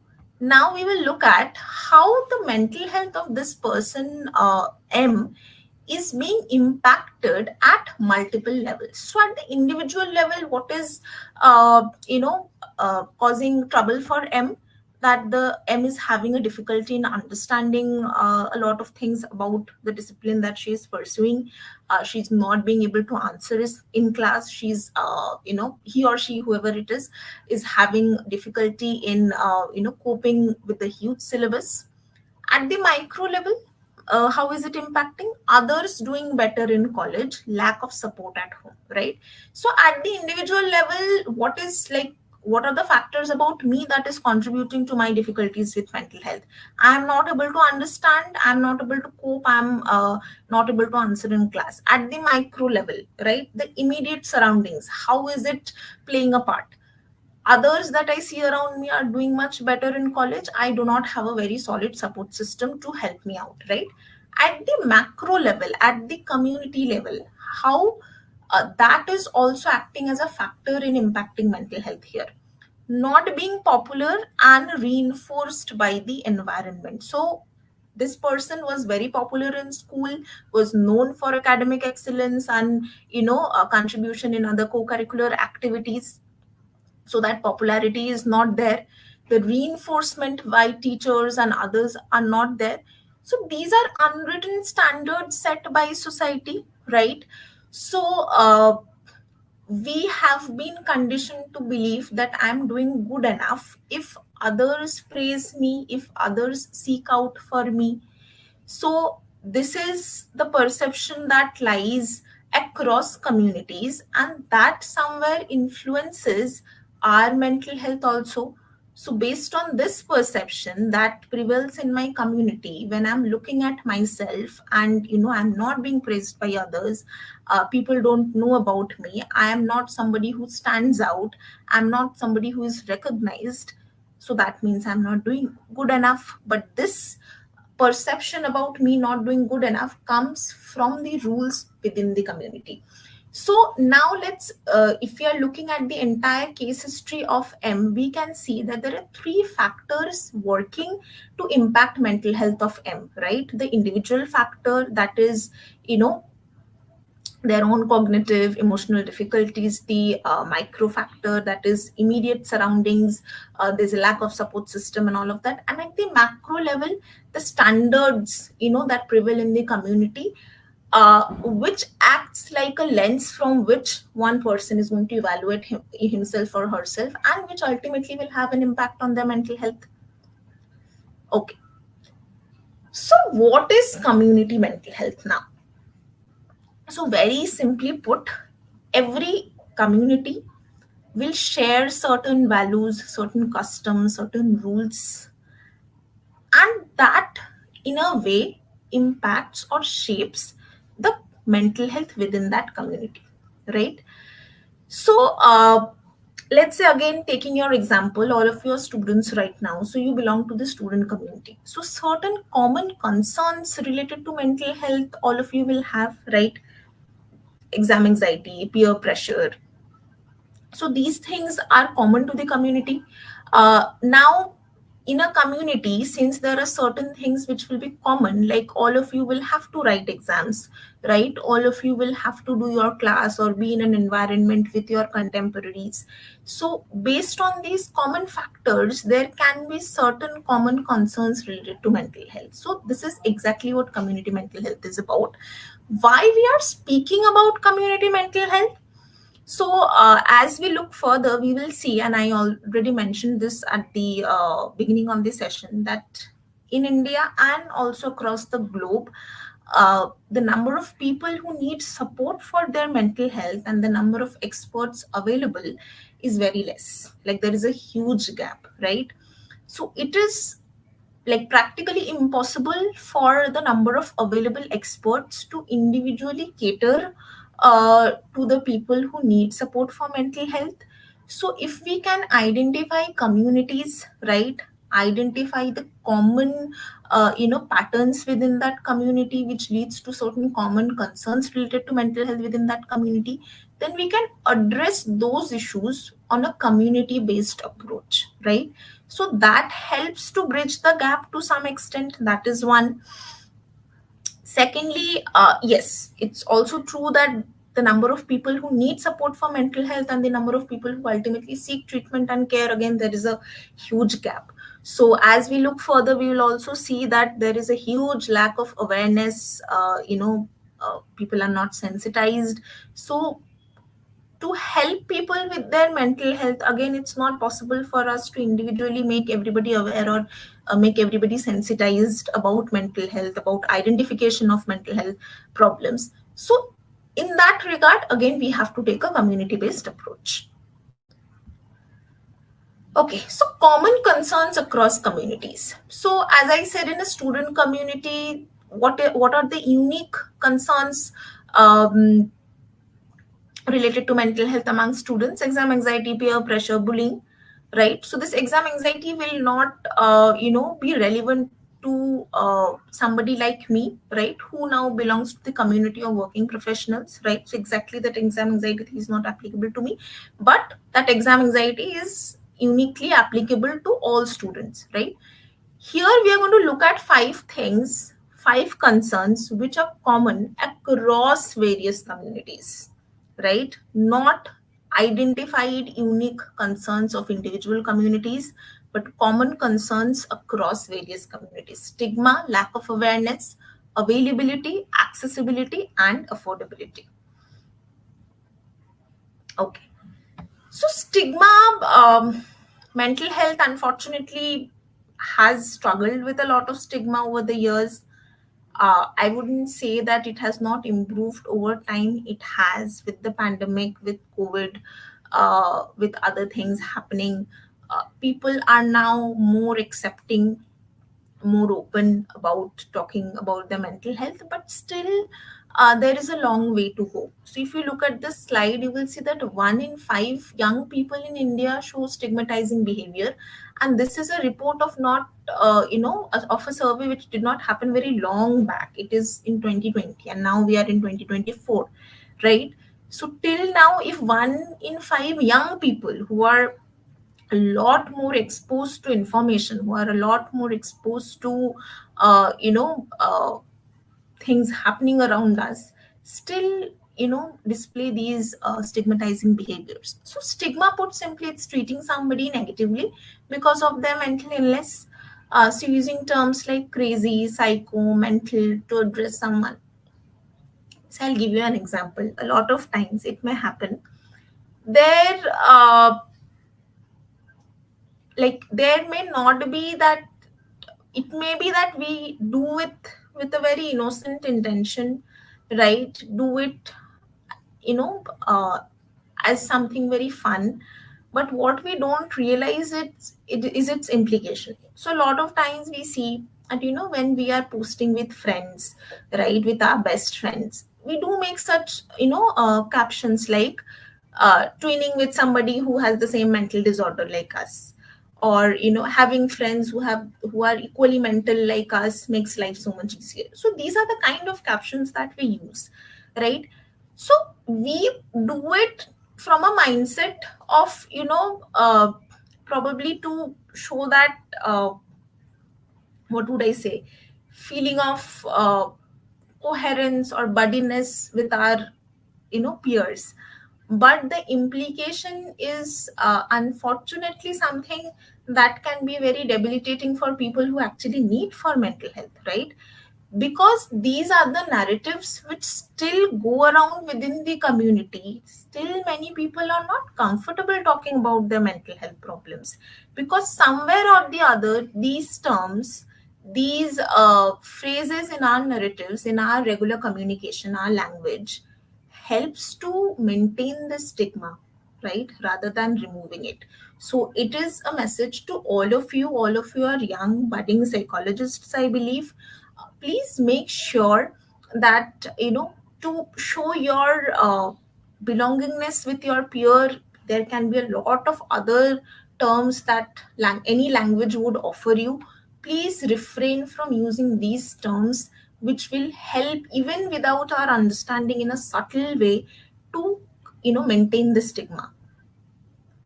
Okay. Lack of awareness. Now we'll look at a few things again. The next 2-3 slides, you will look at statistics, you will look at figures which are really disappointing. So more than 75% people across the globe do not receive any treatment for mental health, right? Many people still do not understand the difference in psychiatry and psychology. I hope all of you do, right? But since I have put this on my slide, I feel it's my responsibility to tell all of you once again what is the difference. A psychiatrist is a person who, like a cardiologist or a medicine doctor or an orthopedic, does a 5.5 years of MBBS, and then just like after your medical training, when you go on to do a master's to specialize in something. So like when I studied, I did my bachelor's in psychology, right, under graduation, and then I went on to do a specialization in clinical psychology. So similarly, a psychiatrist is a person who is a doctor, a medical professional who goes through a medical training, which is known as MBBS. I hope all of you know that. And then goes on to do a post graduation in which they specialize in psychiatry. So in psychiatry, what it is all about, it is about, just like a cardiologist is going to, give medicines for your heart, a psychiatrist is going to give medicines for your mental health, right? So mental disorders is what they specialize in, right? And psychologists, as you know, who study the science of psychology, right? They are not doctors, they are not medical professionals, they do not prescribe medications. Okay.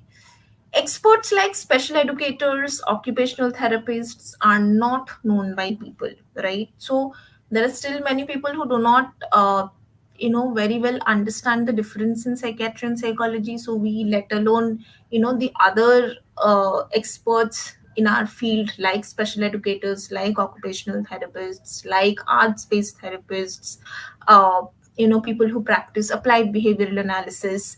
So again, mental health is a very multidisciplinary field. So people from various disciplines contribute to it and are needed to work in mental health. So these are some of the information that we should be really aware about, that what is the job of a special educator, right? So if a child with say autism spectrum disorder, somewhere on the autism spectrum, is not able to learn from a regular classroom, right? Or it has been told by the school that this child needs help or support, then this child will not be taken care of by a psychiatrist or a psychologist throughout. This child will be taken care of by a special educator. Yes, a psychiatrist and a psychologist will have their inputs, but the main intervention required for this child will be provided by somebody known as a special educator. Mental health problems are perceived as reflection of lack of strength. So there is a very common way of talking about people who suffer from depression, that this person slipped into depression or went into depression, right?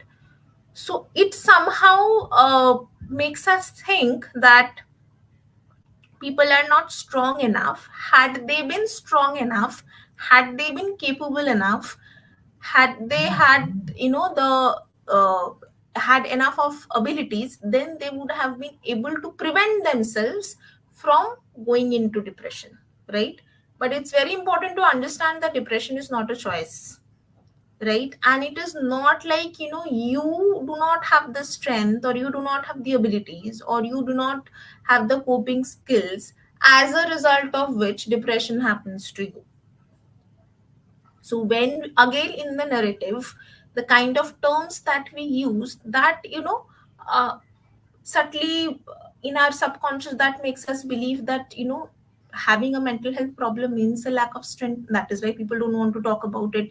That is why people don't want to reveal it. Health talks scams in many places still do not include mental health, right? So when we hear about a health talk being organized somewhere, or a health checkup that is happening, as far as I know, every hospital in their health checkup package is also supposed to have provision for screening by a mental health professional. But then this is not something that is implemented across, right? Many places still do not think. So when we talk about health, mental health does not come spontaneously with that. When we talk about health, we think of blood pressure, blood sugar levels, cardiac health, your gastrointestinal health, your bones and muscles. But mental health is not as naturally thought of when we speak about health. Early intervention is impeded majorly by failure to identify early, right? Because of this lack of awareness, many cases where early intervention could have done a lot more difference, is not being able to achieve, because even though there were signs, because of lack of awareness, it was not identified and it was not intervened at the right time. Okay, availability. As I said, the next 2-3 slides, it will be like very disappointing. There are 3 mental health professionals for every 1 lakh people in India. So you can understand the gap, the shortage. 0.3 psychiatrists for 100,000 people, much less than what is advised. So what is advised is at least 3 per 100,000. 0.07 psychologists for 100,000 people, 0.07 social workers, and 0.004 mental hospitals. So, as I said, why we need to take a community-based approach. So this slide basically answers that. If you look at the figures available, then you know that we have to take a community-based approach, because at this moment that's the best that we can do. Really, we hope that these figures are going to change in the next 10-15 years, with all of you participating in this internship, all of you are budding psychologists. So that gives us a sense of relief that at least 15 years from now, uh, like, these figures will definitely change. But again, based on the figures that we have in present, we need to take a community based approach. Accessibility. So stigma, lack of awareness, limited availability, all of these things make it difficult to access mental health. First, you do not have enough professionals available. Then you are not aware about the different kinds of professionals available in the field, so you don't know whom to go to. And then there is stigma, people making fun, talking about others who have this problem you have seen as psycho or mental or crazy. So all of these things combined, you will definitely find it very difficult to access any mental health service. Less than 2% of the budget allocated for health is dedicated to mental health. So I hope all of you know that a budget is prepared by the government every year in the beginning of the financial year. And in that budget, there are various portions which are, allocated to various sectors. So the portion that is allocated for health, in that portion, less than 2% is allocated for mental health. So, yes, it is true that a lot of times we have the myth that mental health services are very expensive, which is not true. But at the same time, if I do have a mental illness or a mental disorder and I need hospitalization for that, right? So, where does the barrier come? So, today, if I break a leg and I need to get hospitalized, I know my insurance is going to take care of it, right? But I cannot say the same thing if I have a mental health problem, right? Though it has now been you know like, it has now, I think, very recently, uh, now the rule is that insurance companies or your mediclaims are supposed to cover your expenditures for mental health. uh, I don't know how much of it is still in implementation. It's yet to be implemented full-fledgedly. But again, that becomes a challenge, right? That since the investment at the macro level, because in the budget of the national budget, only it's less than 2% of what is allocated for health is given for mental health. So from that top level only, the investment, the resources is very less, so obviously accessibility is going to suffer. Okay, so not much is talked about helpline and telecounseling services for people to know and reach out. So there are a lot of telecounseling services, helpline services available, suicide helplines available. Telecounseling services have had a boom with the pandemic. So what we need as individuals in a particular community to know about this, be aware about this, and spread awareness, so that people know that in the middle of the night, if they're feeling extremely stressed and they really need some immediate help, right, and they feel helpless about the fact that I cannot do anything right now because situation is such, they should know that there's something called a helpline where we can call up and get some help. Okay, affordability. Are mental health services very expensive? Answer is no, right? So you find mental health services that can cater to different socioeconomic state. Okay, so since 31st October 2022, the Insurance Regulatory and Development Authority of India has mandated coverage for mental health for all for all health insurance companies. So as I said that I don't know how much of it is in implementation right now. Hopefully it will be implemented full-fledged uh, in the next few, let's say, months only, not years.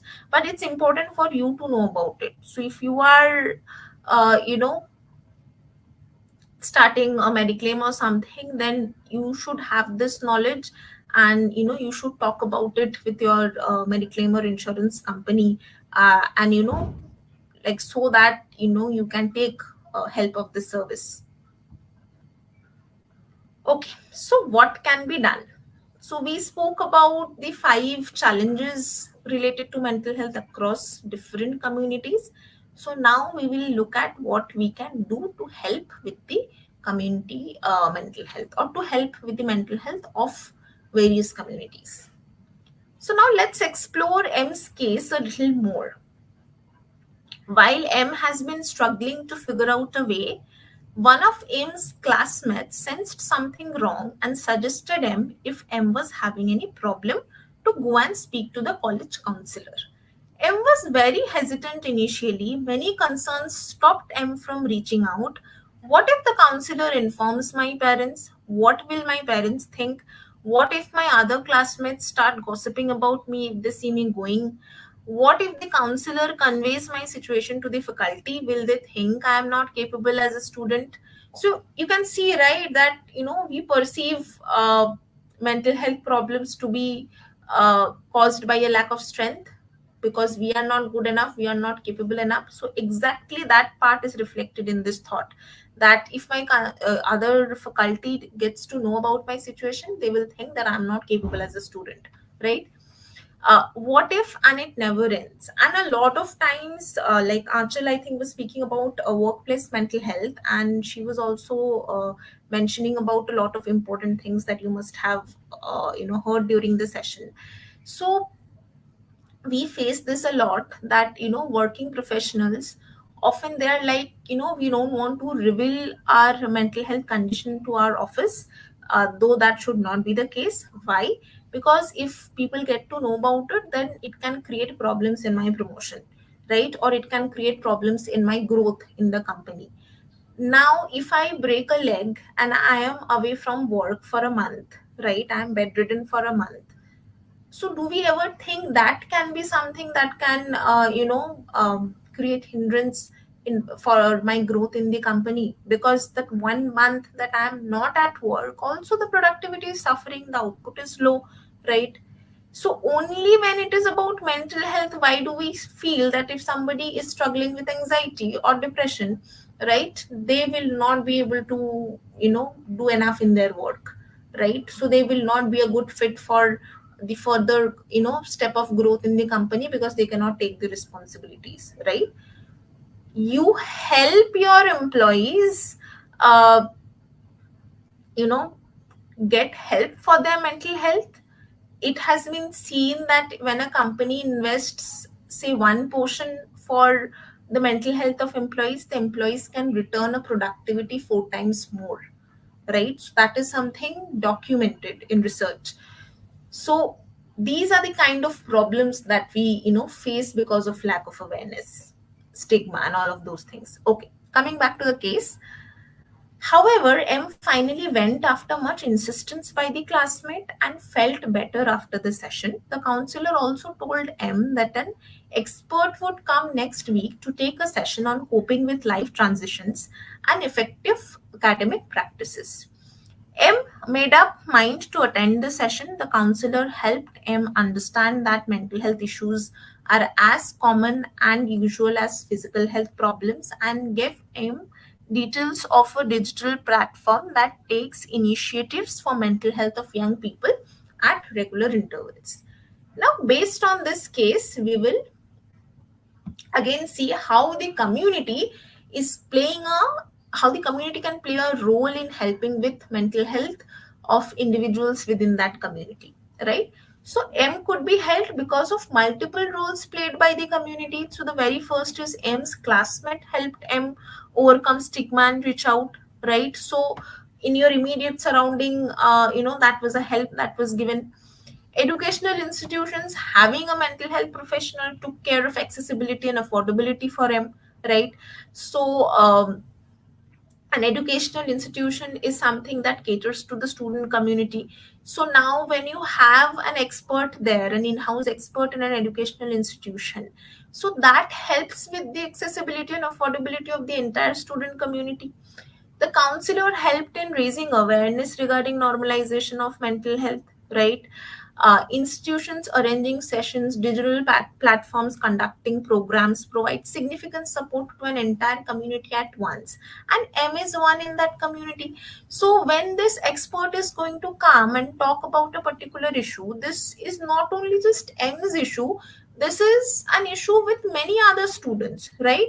So I am being able to cater to one of the concerns, which is a significant influencing factor in mental health of a lot of people, with one expert at the same time, right? So it's cost effective, it's workable, uh, you know, it helps us with the resources available for us, right? So when one expert is coming and talking to 100 students about exam anxiety, so I am being able to cater to the exam anxiety problems of many individual students at the same time, with one expert, with limited cost, limited infrastructure, and limited resources.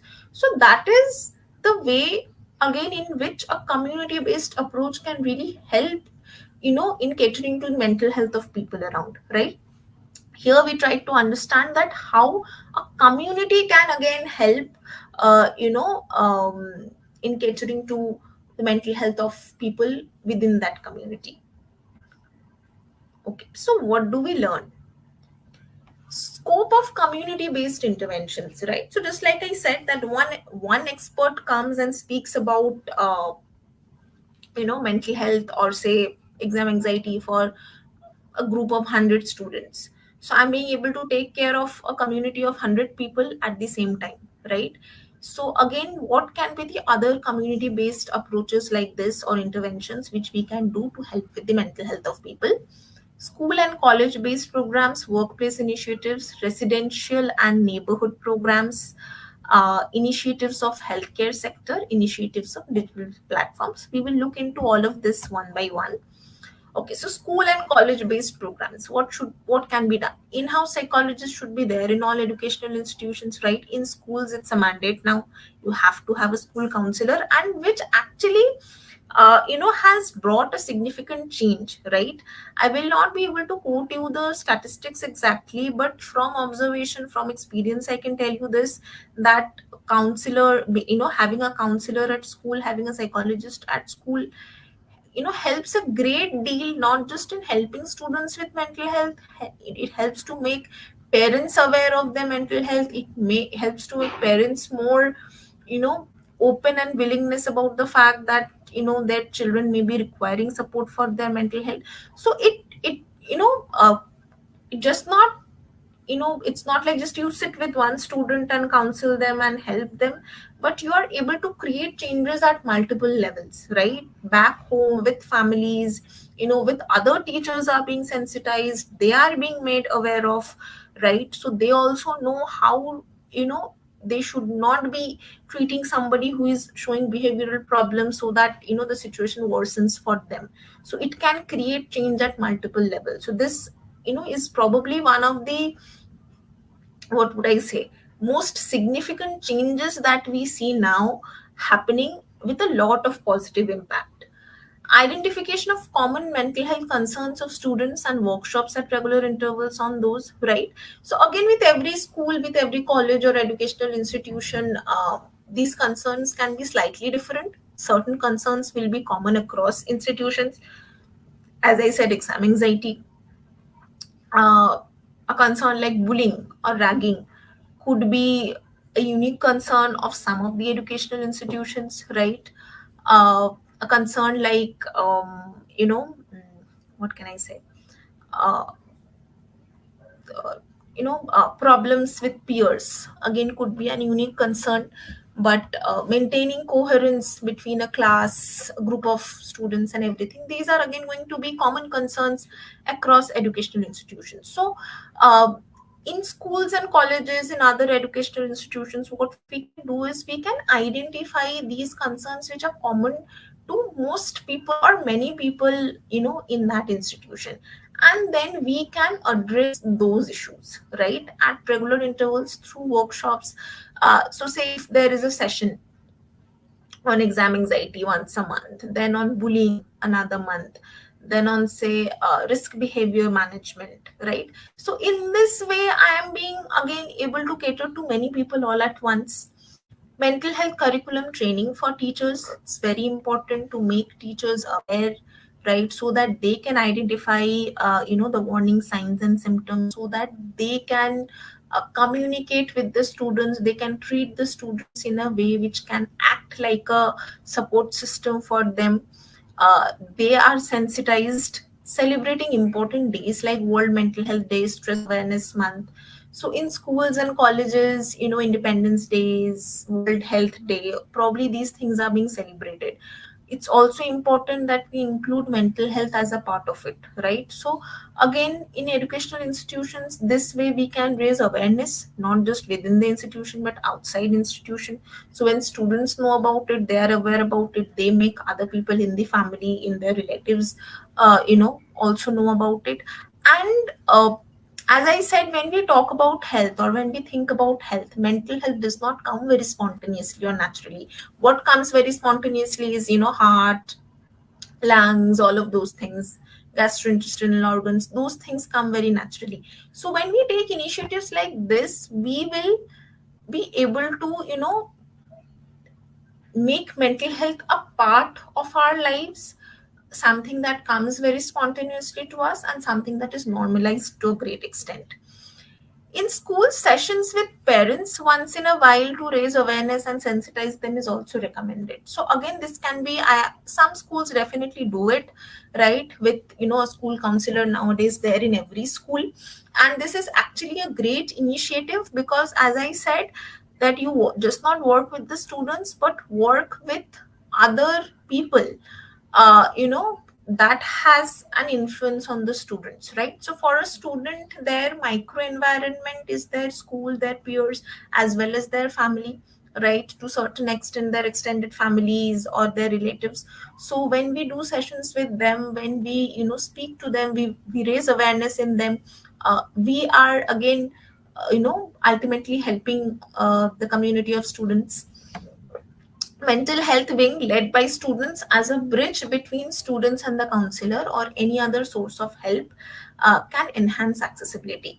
So if there is a mental health wing in a college or a school which is led by the students, right, so many people would still find it difficult to overcome the stigma and reach out to a school counselor directly.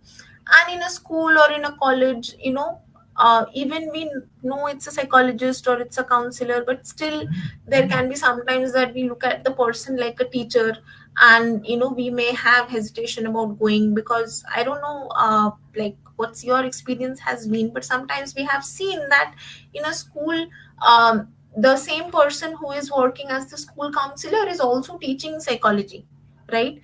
So now when I see this person in two different roles, it can become difficult for me, because this is a person who I have known as a teacher. I have attended this person's class, and tomorrow, if I need to go and seek help, that role of a teacher that I have in mind about her, that can, somewhere make me hesitant. So, if there's a mental health wing led by students, it can actually solve this problem to a great extent, because it's much more easier for students to reach out to students, right? So they seem much more accessible, they seem much more approachable, right? So they can act as a bridge between the student and the counselor. Okay. Workplace initiatives normalizing conversations around mental health, right? I have put in an example here, right? This would help you understand this point very well. If you need a 2-hour break from your work to see your psychiatrist, you shouldn't have to say it's a gastroenterologist, right? So if you have to go for your therapy session, if you have to go for your psychiatric consultation, right, the excuse that you have to give in your workplace should not be that somebody at home is ill and I need to take them to a doctor, or I'm going to see a gastroenterologist because I'm having gastritis for the past few days or something. If you can say without any hesitation, without any ado, about the fact that you're going for your therapy session with your psychologist or your psychiatric consultation, that means that is a workplace that has been to establish a culture where not mental health is absolutely normalized. And this should be one of the goals of every workplace. Okay, so dedicating a portion of company insurance for mental health expenditures. So all of you, I hope you know that, like you must have seen that the companies where your parents are working, right? So they do provide a mediclaim, right? So companies do provide a mediclaim or an insurance to cover your health expenditures, right? If we can dedicate a portion of that for mental health, right? So let's say 10% or 15%, so that at least covers my cost of psychiatric consultations or my therapy sessions. Because again, a lot of times we think that if I go for therapy, it's not a one day thing, it will continue over a period of time, it may not be affordable. But there is a catch here. What we don't see is that when you go to a doctor, any other specialty, you feel you will only need to go once or twice, not more than that. But when you go to a doctor, probably the consultation is only for once or twice, but the medicines, the investigations, those things are there, and the medicines are going to continue for a while, right?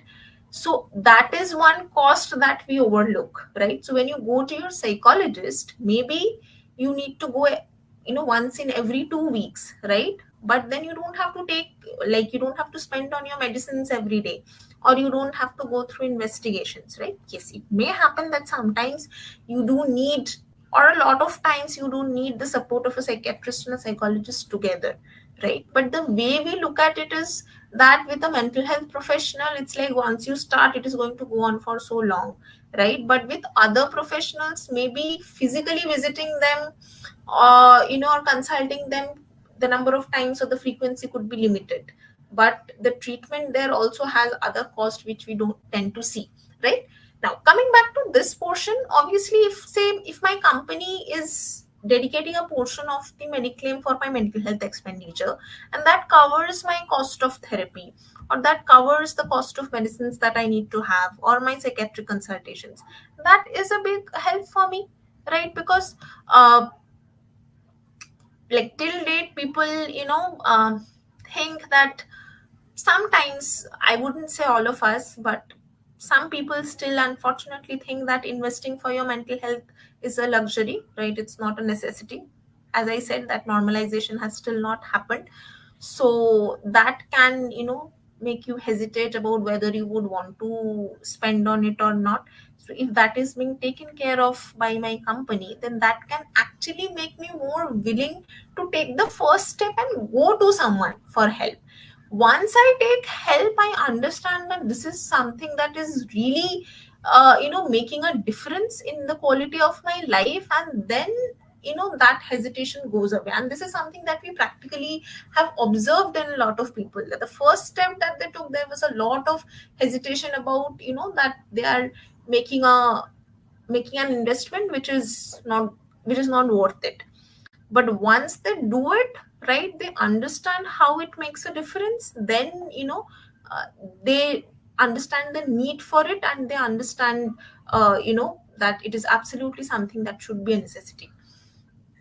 Okay, so workshops on work stress, work life balance, team building, etc. should be done on monthly basis. I guess Achal already spoke about this.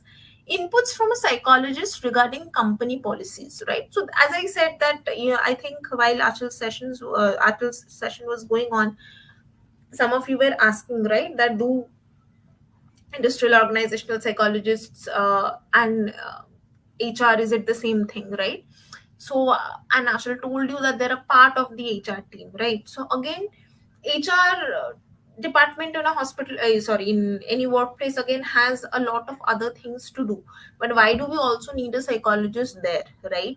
So inputs about what should be the criteria for selecting someone or recruiting someone. So when you are selecting or recruiting somebody for a job, apart from their educational qualifications or their skill sets, you also need to look into their psychological constitution, right? Because that also matters how they are going to fare in that job, and whether they will be able to nicely adjust and adapt and cope with that job, right? So that's one part. Apart from that, definitely inputs from a psychologist should be taken about the company policies, the incentive, the salary structure, the scope for growth, right? So that at the workplace level, the mental health of employees can be maintained, the satisfaction can be maintained, uh, wo- you know and once that is maintained, that their quality of life with regard to their workplace is maintained, which will definitely lead them to be a lot more productive, give a lot more output. The quality of work will also naturally improve. Okay. Consider dedicating a small percentage of wellness or sick leaves for mental health illness. It's a bit controversial because many people have to say that people might misuse it, right? They may take it, for reasons which are not related to mental health. But again, coming to that, like we can say that people can do that otherwise also, right? So you do get wellness or sick leaves, right, in any company that you work. And it's not only when it is a mental health leave that you're going to misuse it. Any wellness or sick leave can be misused by anybody. They can use it as an excuse for something else. But now, how does this help, right? You can also say that there are a number of wellness leaves or sick leaves that are allotted by every company, so we can use from that only if we need a leave for mental health. But when we do this, the company is able to again establish itself as some as one which is aware about mental health, and which thinks that having a mental health issue is very normal. So this initiative actually helps to establish the company's effort in normalizing mental health, and that in turn helps the employees also, to get rid of their stigma or the hesitation. Okay. Residential and neighborhood programs, including residential screening for mental health in health camps organized by housing society or neighborhood. We see a lot of times, if you are living in a housing society or a complex, you will find a housing complex, you will find that they keep arranging a lot of programs. Neighborhoods also, even if it's not a housing society, some programs meant for social work, right? health checkup camps are sometimes organized on a yearly basis or at an interval of 6 months. And if we include the screening for mental health there, because again, what's the significance of residential and neighborhood programs? It is that these programs help to make a section of the population aware, or that community aware, and normalize mental health for that community. That is right now not you know in the realm of, what would I say, activities that can be done for young people. I'll explain this. So when we have a counselor at school, a psychologist at school, at a college, at a workplace, right?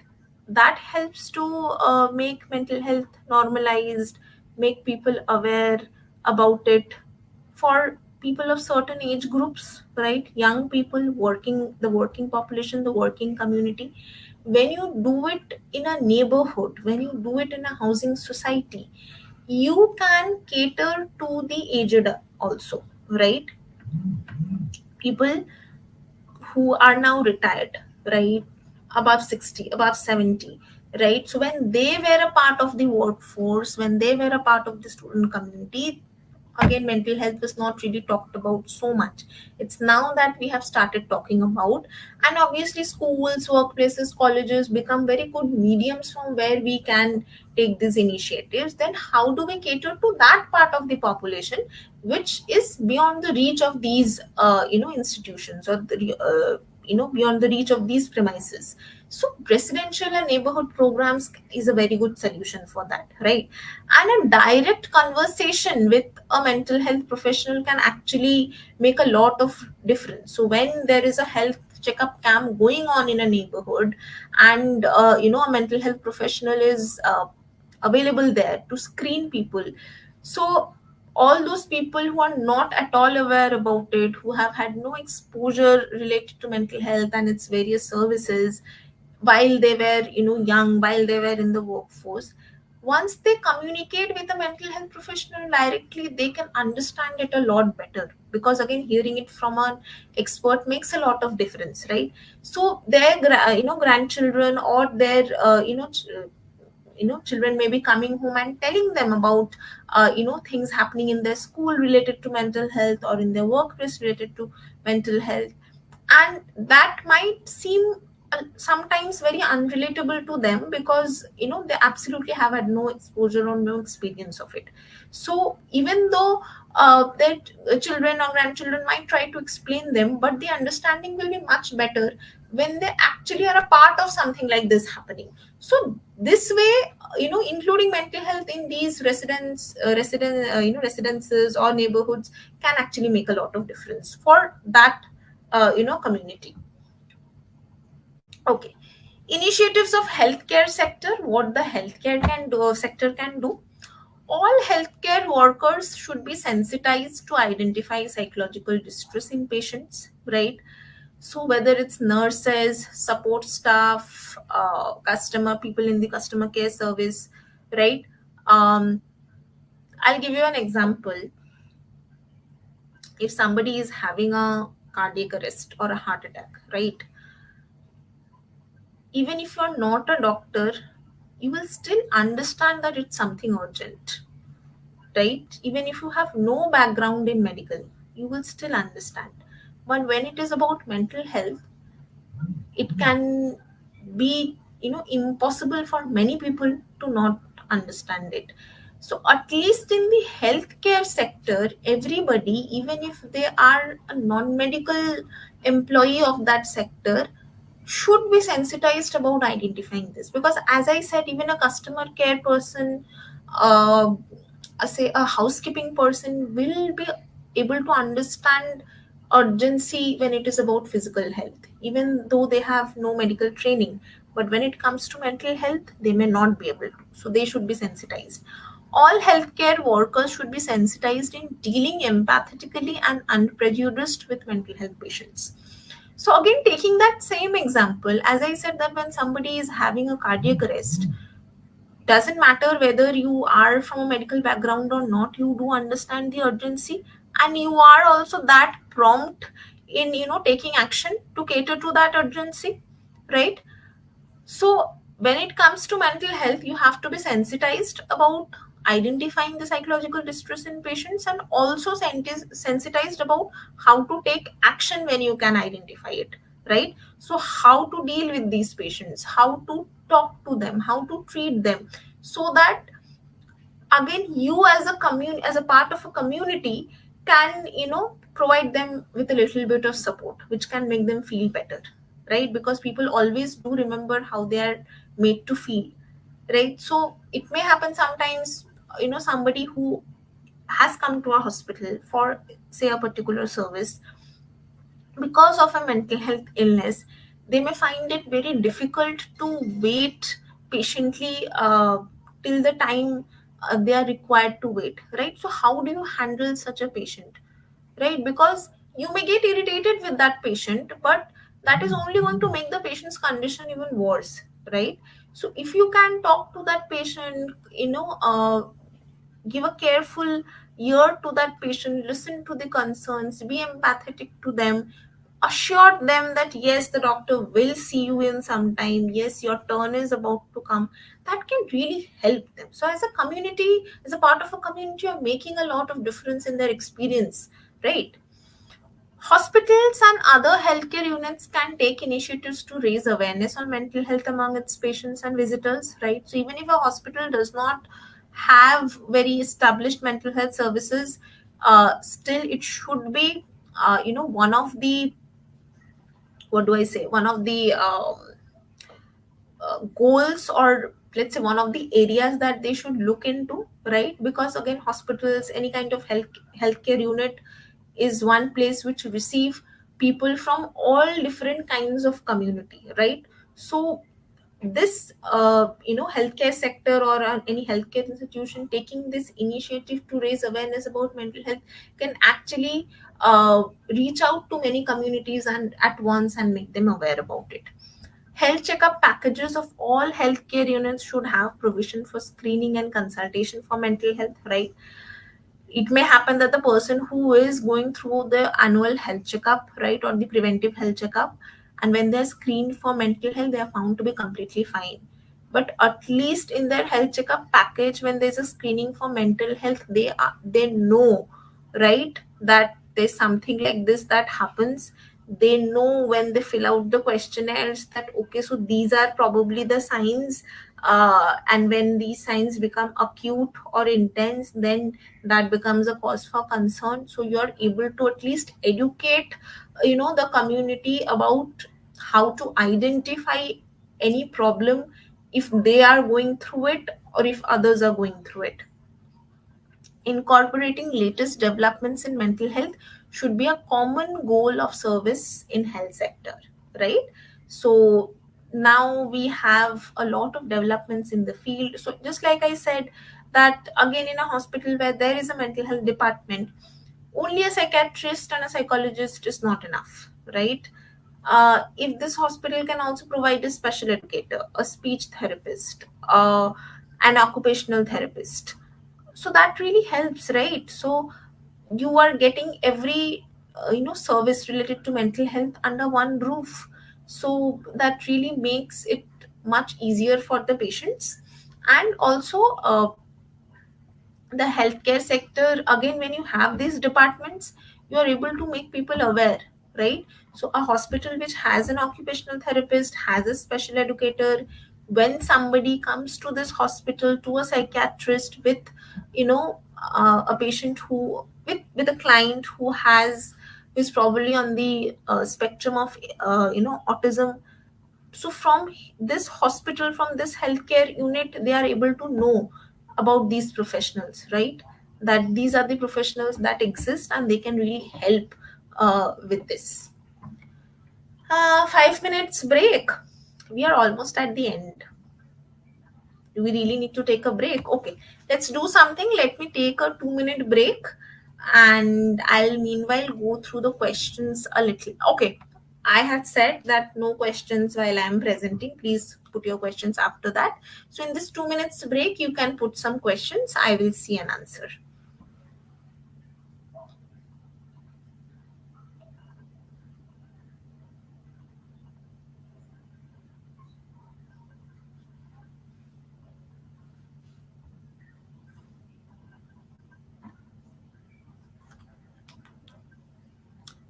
So it's 5:23, 5:26. We will again start.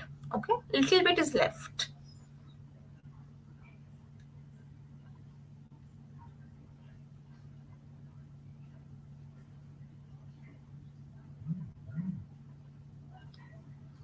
If you have any questions, meanwhile, in this 3 minutes, please put forward your questions. I'll answer. Community psychologist and family psychologist name. No, not same. There can be a family therapist who works with a family. Like in therapy, you work with an individual person, right? There can be group therapy where you work with a group. In family therapy, you work with the entire family.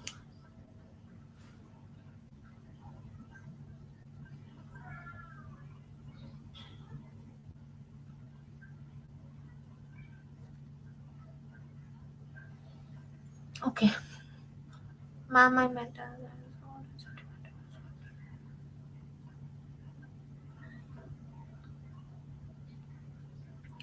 So, what can be done to your question? I'll not read the entire question because I think the confidentiality should be maintained. So, somebody who is not understanding, so like what you can do is, you can probably show them any video where a mental health professional has spoken about mental health, right? Explain what it is, what it involves, what it is not. That can make a difference, right? You can probably share some, what would I say, information regarding the prevalence of mental health problems, some information about how taking help for mental health really helps, right? So these are the things that you could do, right? If the person you have spoken about, if this person is associated with any institution, any educational institution, there must be an in-house psychologist there, or a professional mental health professional there.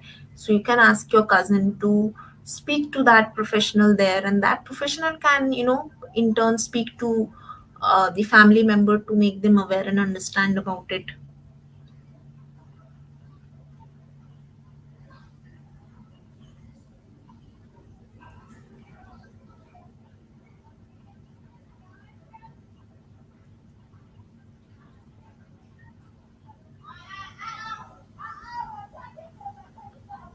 Okay.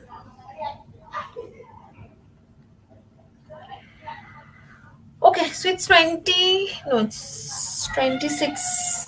We will resume. Okay. Uh, Initiatives of digital platforms, what can be done? More helpline and telecounseling services, right? More advertisement. I would, let's not say advertisement, but more awareness about these services existing, right? And how can you avail these services? Raising awareness about mental health in social media, individually and communally, right? You find a lot of, on social media platforms, a lot of pages, right, where it's like a cluster of people associated with that page. So that again also acts like a community only, so that can take that initiative. Like recently I came across a group of students from a particular school who are maintaining a mental health, who have their own mental health page on one of the social media platforms. And uh, so there are so many people associated, so many students from that school associated with that page, who contribute to that page on a regular basis to put forward what would I say, work that helps to raise awareness, make people know about it, right? So something like that can be really great. Raising awareness about mental health in social media, yes, this is what I said. Individually also, all of you use social media platforms. So when you use it to post about so many different things, please make sure that if there are 10 posts that you do, at least one post is about mental health, its awareness, or any new development regarding mental health that you know about and you can share with others. online streaming of workshops, mental health talks, etc., to reach a wider audience, right? So exactly what we are doing right now, though even though this is an internship, right? So online streaming of these sessions can again make these reach out to a wider audience. I'll again give you an example. So somebody who, you know, is not very aware about mental health, who feels it is not something that is required a lot, right? So if you go and tell them about a workshop happening somewhere, they will not feel that zeal to kind of take time out of their schedule, dress up and go there and spend some time, right? But for the same person, while they are scrolling something, it's much more easier for them to have that access online, right? So say for example, you told your friend, right, that this is happening there, it's going to be really good, let's go. So your friend is not somebody who is very aware about mental health, is neither very interested about it also, and feels it's not something important, right? So the friend may not want to go there. But if you say that you can at least see the video, right? I have the that it will also be streaming online, at least see the video for 10 minutes. If you don't like it, don't continue. So when you say that, they will be much more accepting of that, right? Because that does not require much of an effort from their end. Now when they're seeing it for 10 minutes, right, in those 10 minutes a change in perception can actually happen, right? Can get them engaged and interested in the content, and they may go on to uh, you know uh, see it further, make them more aware. Then the next time again when something like this is happening, probably they will be much more willing to go and attend it personally. Okay, digital marketing of available mental health services and newer developments. Obviously, as I said, that if you also know about any new development in the field, right, do write about it, post about it, right? It can make a lot of difference. Okay, so mental health practices of a community. As an individual, what can you do? Like all of you belong to multiple communities, right? So at an individual level, what can you do to good mental health? Practice self-care. Now there are very basics that we say when it comes to self-care: sleep well, eat on time, do a bit of exercise, right? Spend some time with yourself, take some time off from your gadgets. All of these things we say, obviously these are very important and required. But again, I believe all of us would have our own unique definition of self-care, and we should follow that, right? So what, say eating something once a week could be self-care for me, right? Listening to music at least 15 minutes every day could be self-care for somebody else. So find out your own unique definition of self-care, right? What helps you to feel that you have cared for yourself, what helps you to feel relaxed and rejuvenated. Do that. Get enough sleep, take meals on time, as I said, practice digital detox, prioritize effectively, right? So if I have exams in 2 weeks or say a month, then for this month, my priority should be my studies, right? Once my exams are over and I'm enjoying a holiday, right? While I'm on a vacation, should I be studying? No, right? The answer probably is no, because when I'm on a vacation, I've come here for a break, for refreshment, and then that is something that I should be prioritizing. Spend time with loved ones, right? So social support, there is no substitute to it actually, right? The way it can help contribute to maintaining mental health, like this is and it's not possible to really explain. Its role is so profound in helping us dealing with our mental health. And unfortunately, or fortunately, whatever, unfortunately only we belong to times when we connect more virtually with others than personally, and that has resulted to some extent in us being people who are alone, lonely, who do not connect much with others, who only connect via those texts on WhatsApp, right? Which does not involve deep conversations, which does not involve an exchange of emotions a lot of times. And that can have a lot of detrimental effect. So make sure that the relationships that you treasure, the ones which are absolutely, assets for you, you also give it time, communication, effort, and nurture it, uh, in a nurture it with emotions. That's what I can say. And obviously seek help as a part of the community. What you should be informed about mental health and spread this awareness around. Collaborate with friends and take initiatives for mental health in your school, college, or neighborhood. If anything related to mental health does not happen in your school or college, you take the initiative, right, with your friends, and propose something to your teacher or your management, right? Do it, right, and see it can be a huge success, right? And most of the times we have seen that when people have taken these initiatives, the results have been very good. Use your social media platforms to talk about and normalize mental health. In this way, you're catering to the community, right? You're helping the community know about it. Provide psychological first aid to people around. We will come to what is psychological first aid. Prioritize effectively. Spend time with loved ones. Okay, so these 2 points, I think by mistake got came into this slide. This is already something we have discussed. Psychological first aid, this is something that Achal already spoke about, right? The definition given by World Health Organization is human, supportive, and practical assistance for people who are distressed in ways that respect their dignity, culture, and abilities. Okay, I'll explain very simply. All of you know what is first aid, right? Somebody, when they get a cut or have an injury, there is a first aid that is given, right? Now, is that first aid a medical treatment? Something very, something that medical professionals, do, or you need to be trained in medical for that? No, right? Anybody can do that.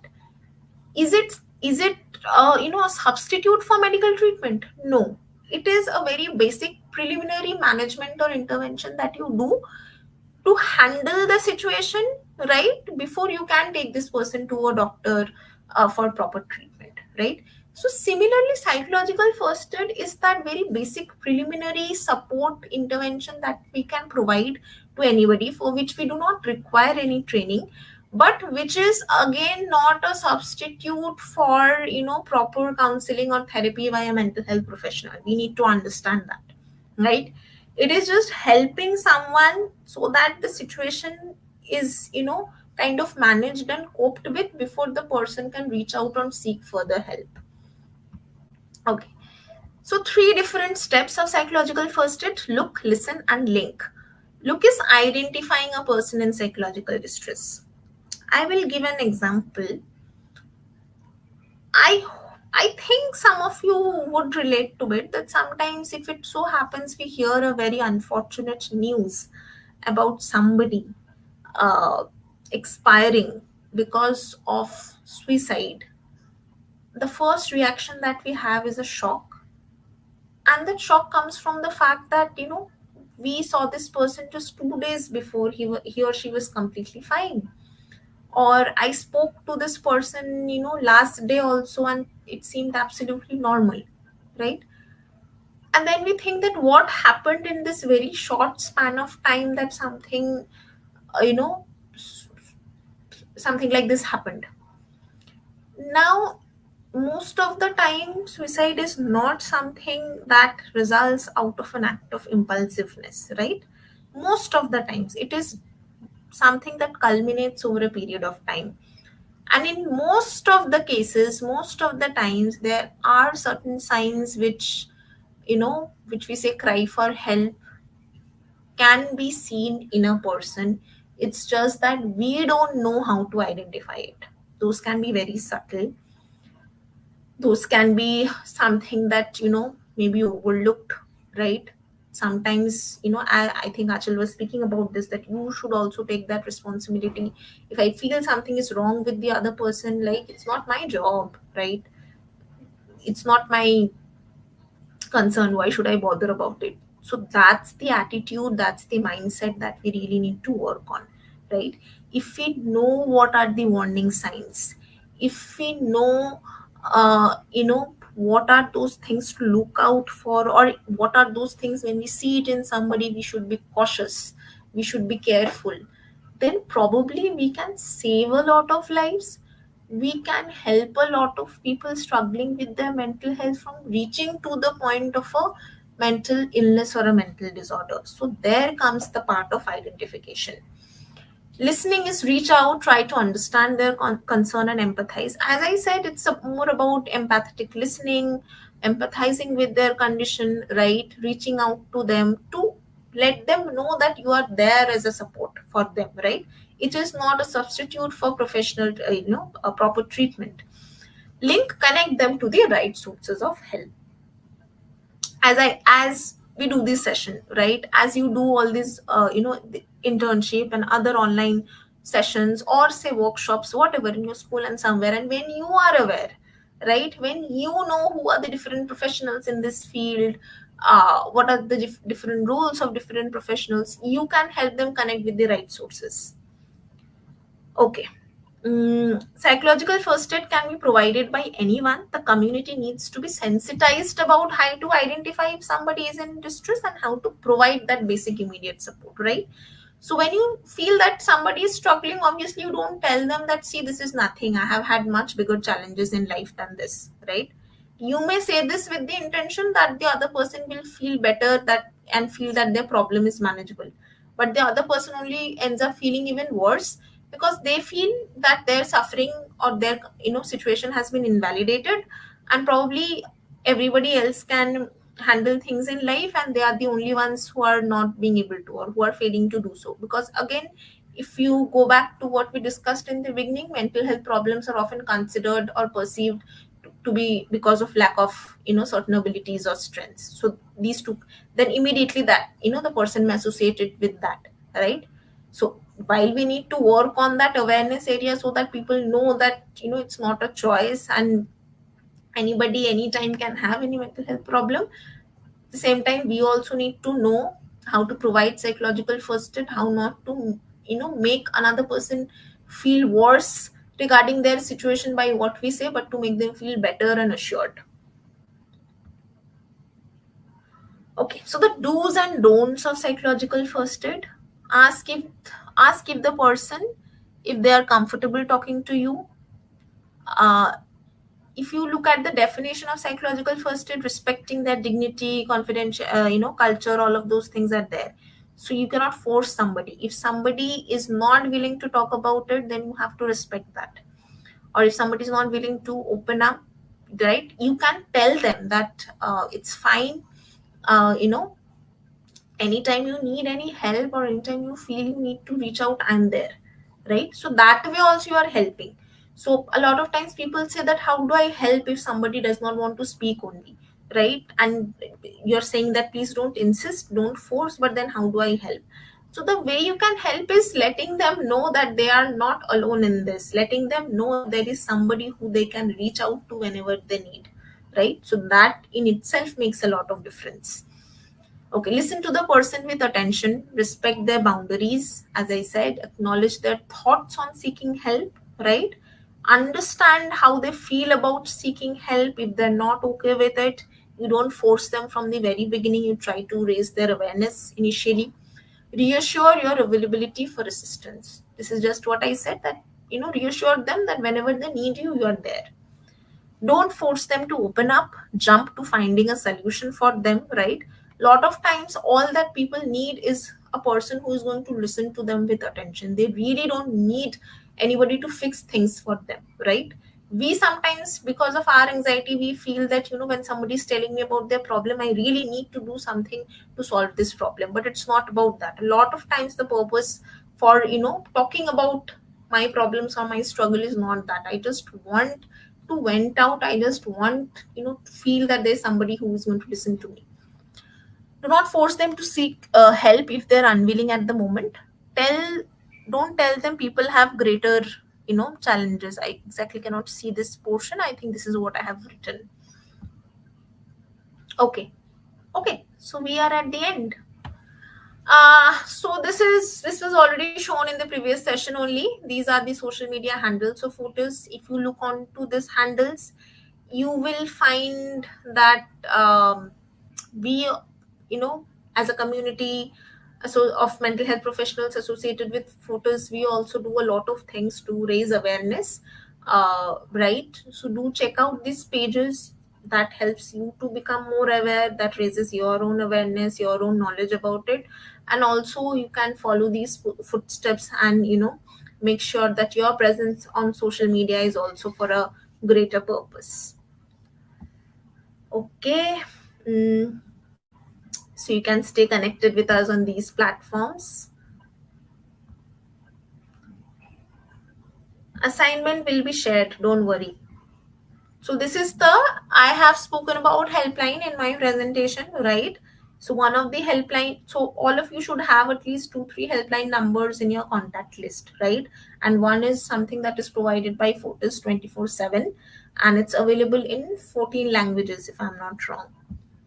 Okay, so now assignment will be shared to you, and whatever your questions are now, you can put forward.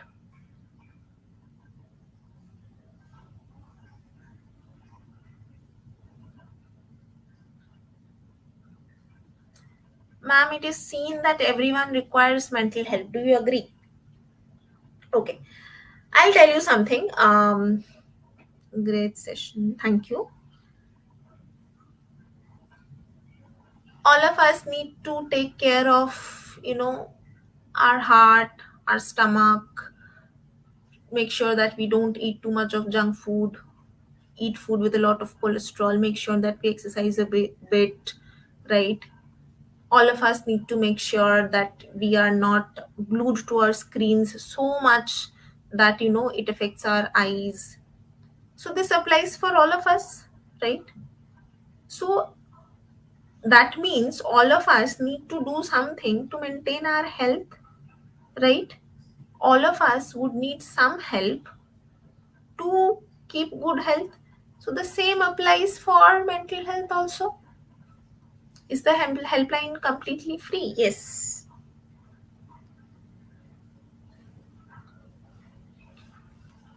So we don't need mental help with our mental health. All of us do need, right? Because if you have a mind, just like if you have a body, you have organs, so they are going to cause trouble at times. Similarly, when you have a mind, when you have a brain, it is going to cause you some trouble at times, and it's very normal.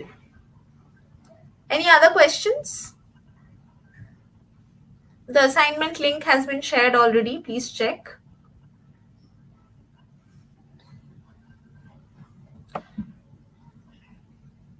Okay, somebody had asked, how can we deal with insensitive people around us who are not considerate towards mental illness and ridicule it, right? So as I said, if we look at this question, addressing this issue from a macro based approach, the more discussions are happening in the larger community about mental health, more programs are happening, more initiatives are happening. So indirectly we are able to reach out to that person, even if we are not directly able to reach out, right? So that helps to give some orientation, some awareness. That's one thing. Then when somebody does not understand it or ridicule it, right, you make sure that you don't participate in it, right? And you don't passively agree to it also when somebody is ridiculing, right? You don't have to fight with that person, right? But you don't agree to it, right? You are not passively participating to it. You are very clear about your stand.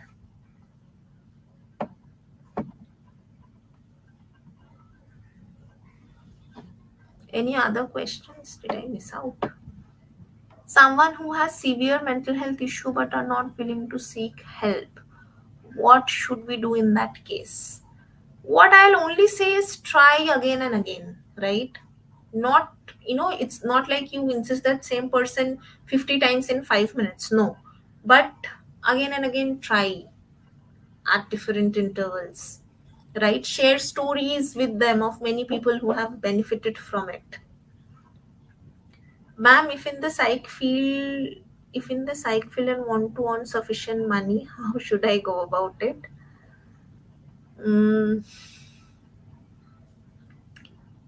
See, if you're good enough, if you're confident about your skills, you will do well financially and otherwise also.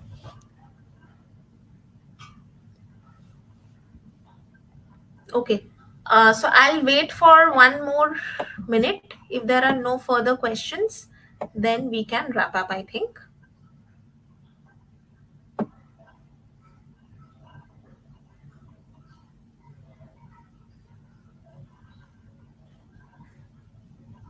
I think that even mental health services can be advertised on televisions, etc., just like hospitals advertise for physical illness and injuries. Yes, absolutely. Again, that helps to reach to those, sections of the population that is now beyond the reach of schools, educational institutions, or workplaces. Builds over time, ma'am. Person goes through an elongated time of helplessness. So, yeah, absolutely.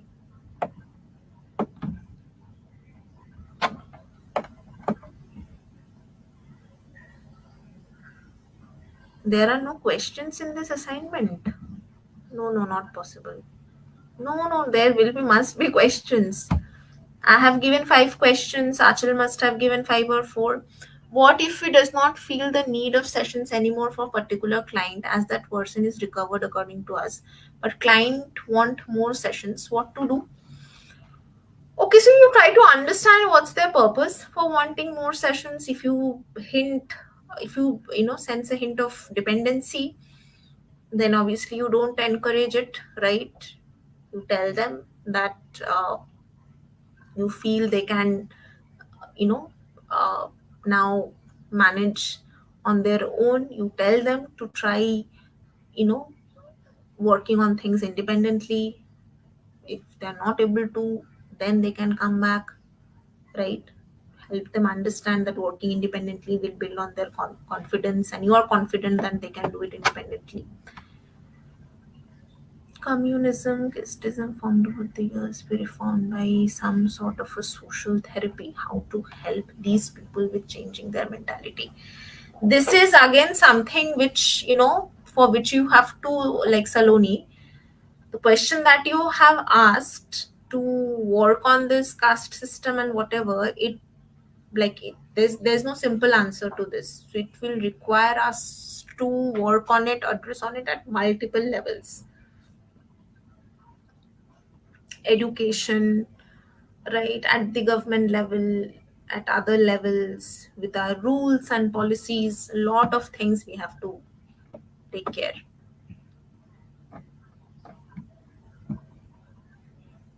How should I make notes about the sessions that have been done for us?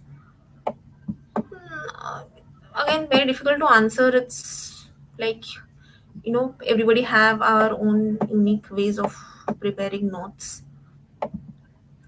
Note down the points, that's what I can say. Okay. Attendance link is in the description box, or in the comments also. It was shared initially. So I think we are done.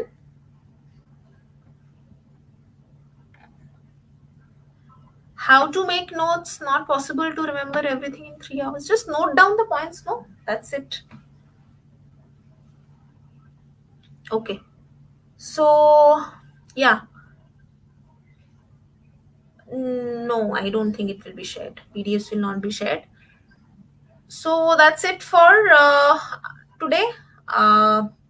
I had a lovely time speaking to all of you. I hope all of you also learned something and enjoyed the session. So yes, thank you.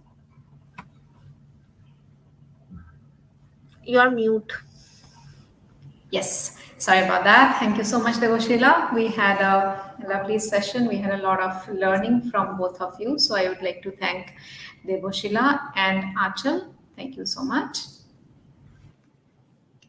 Okay, thank you. So thanks to all of you for joining in. The attendance link and the attendance link and the assignment link both has been shared in the description box as well. It was shared here, it was shared in the description box as well, so you can just go there and fill it up, right? The videos, like I have said, it is going to be live post 15th as well. We are trying to keep it as much, for as long as possible. And yes, I have already answered that. The videos will stay live. We will try to keep it live for as long as possible. Anything else for me? Anything regarding? Okay, and somebody has asked a question about making notes. You can just go to the video again, and you can just make notes. And it is more about learning and learning from the people in the field. So enjoy the learning. Things are going to stay in your head. Don't worry. Right? Okay, all right. With that, I'm going to conclude today's session, and we'll be back tomorrow with another interesting topic. So stay tuned. Tomorrow we'll see you again at 3 p.m. All right. Thank you. Bye.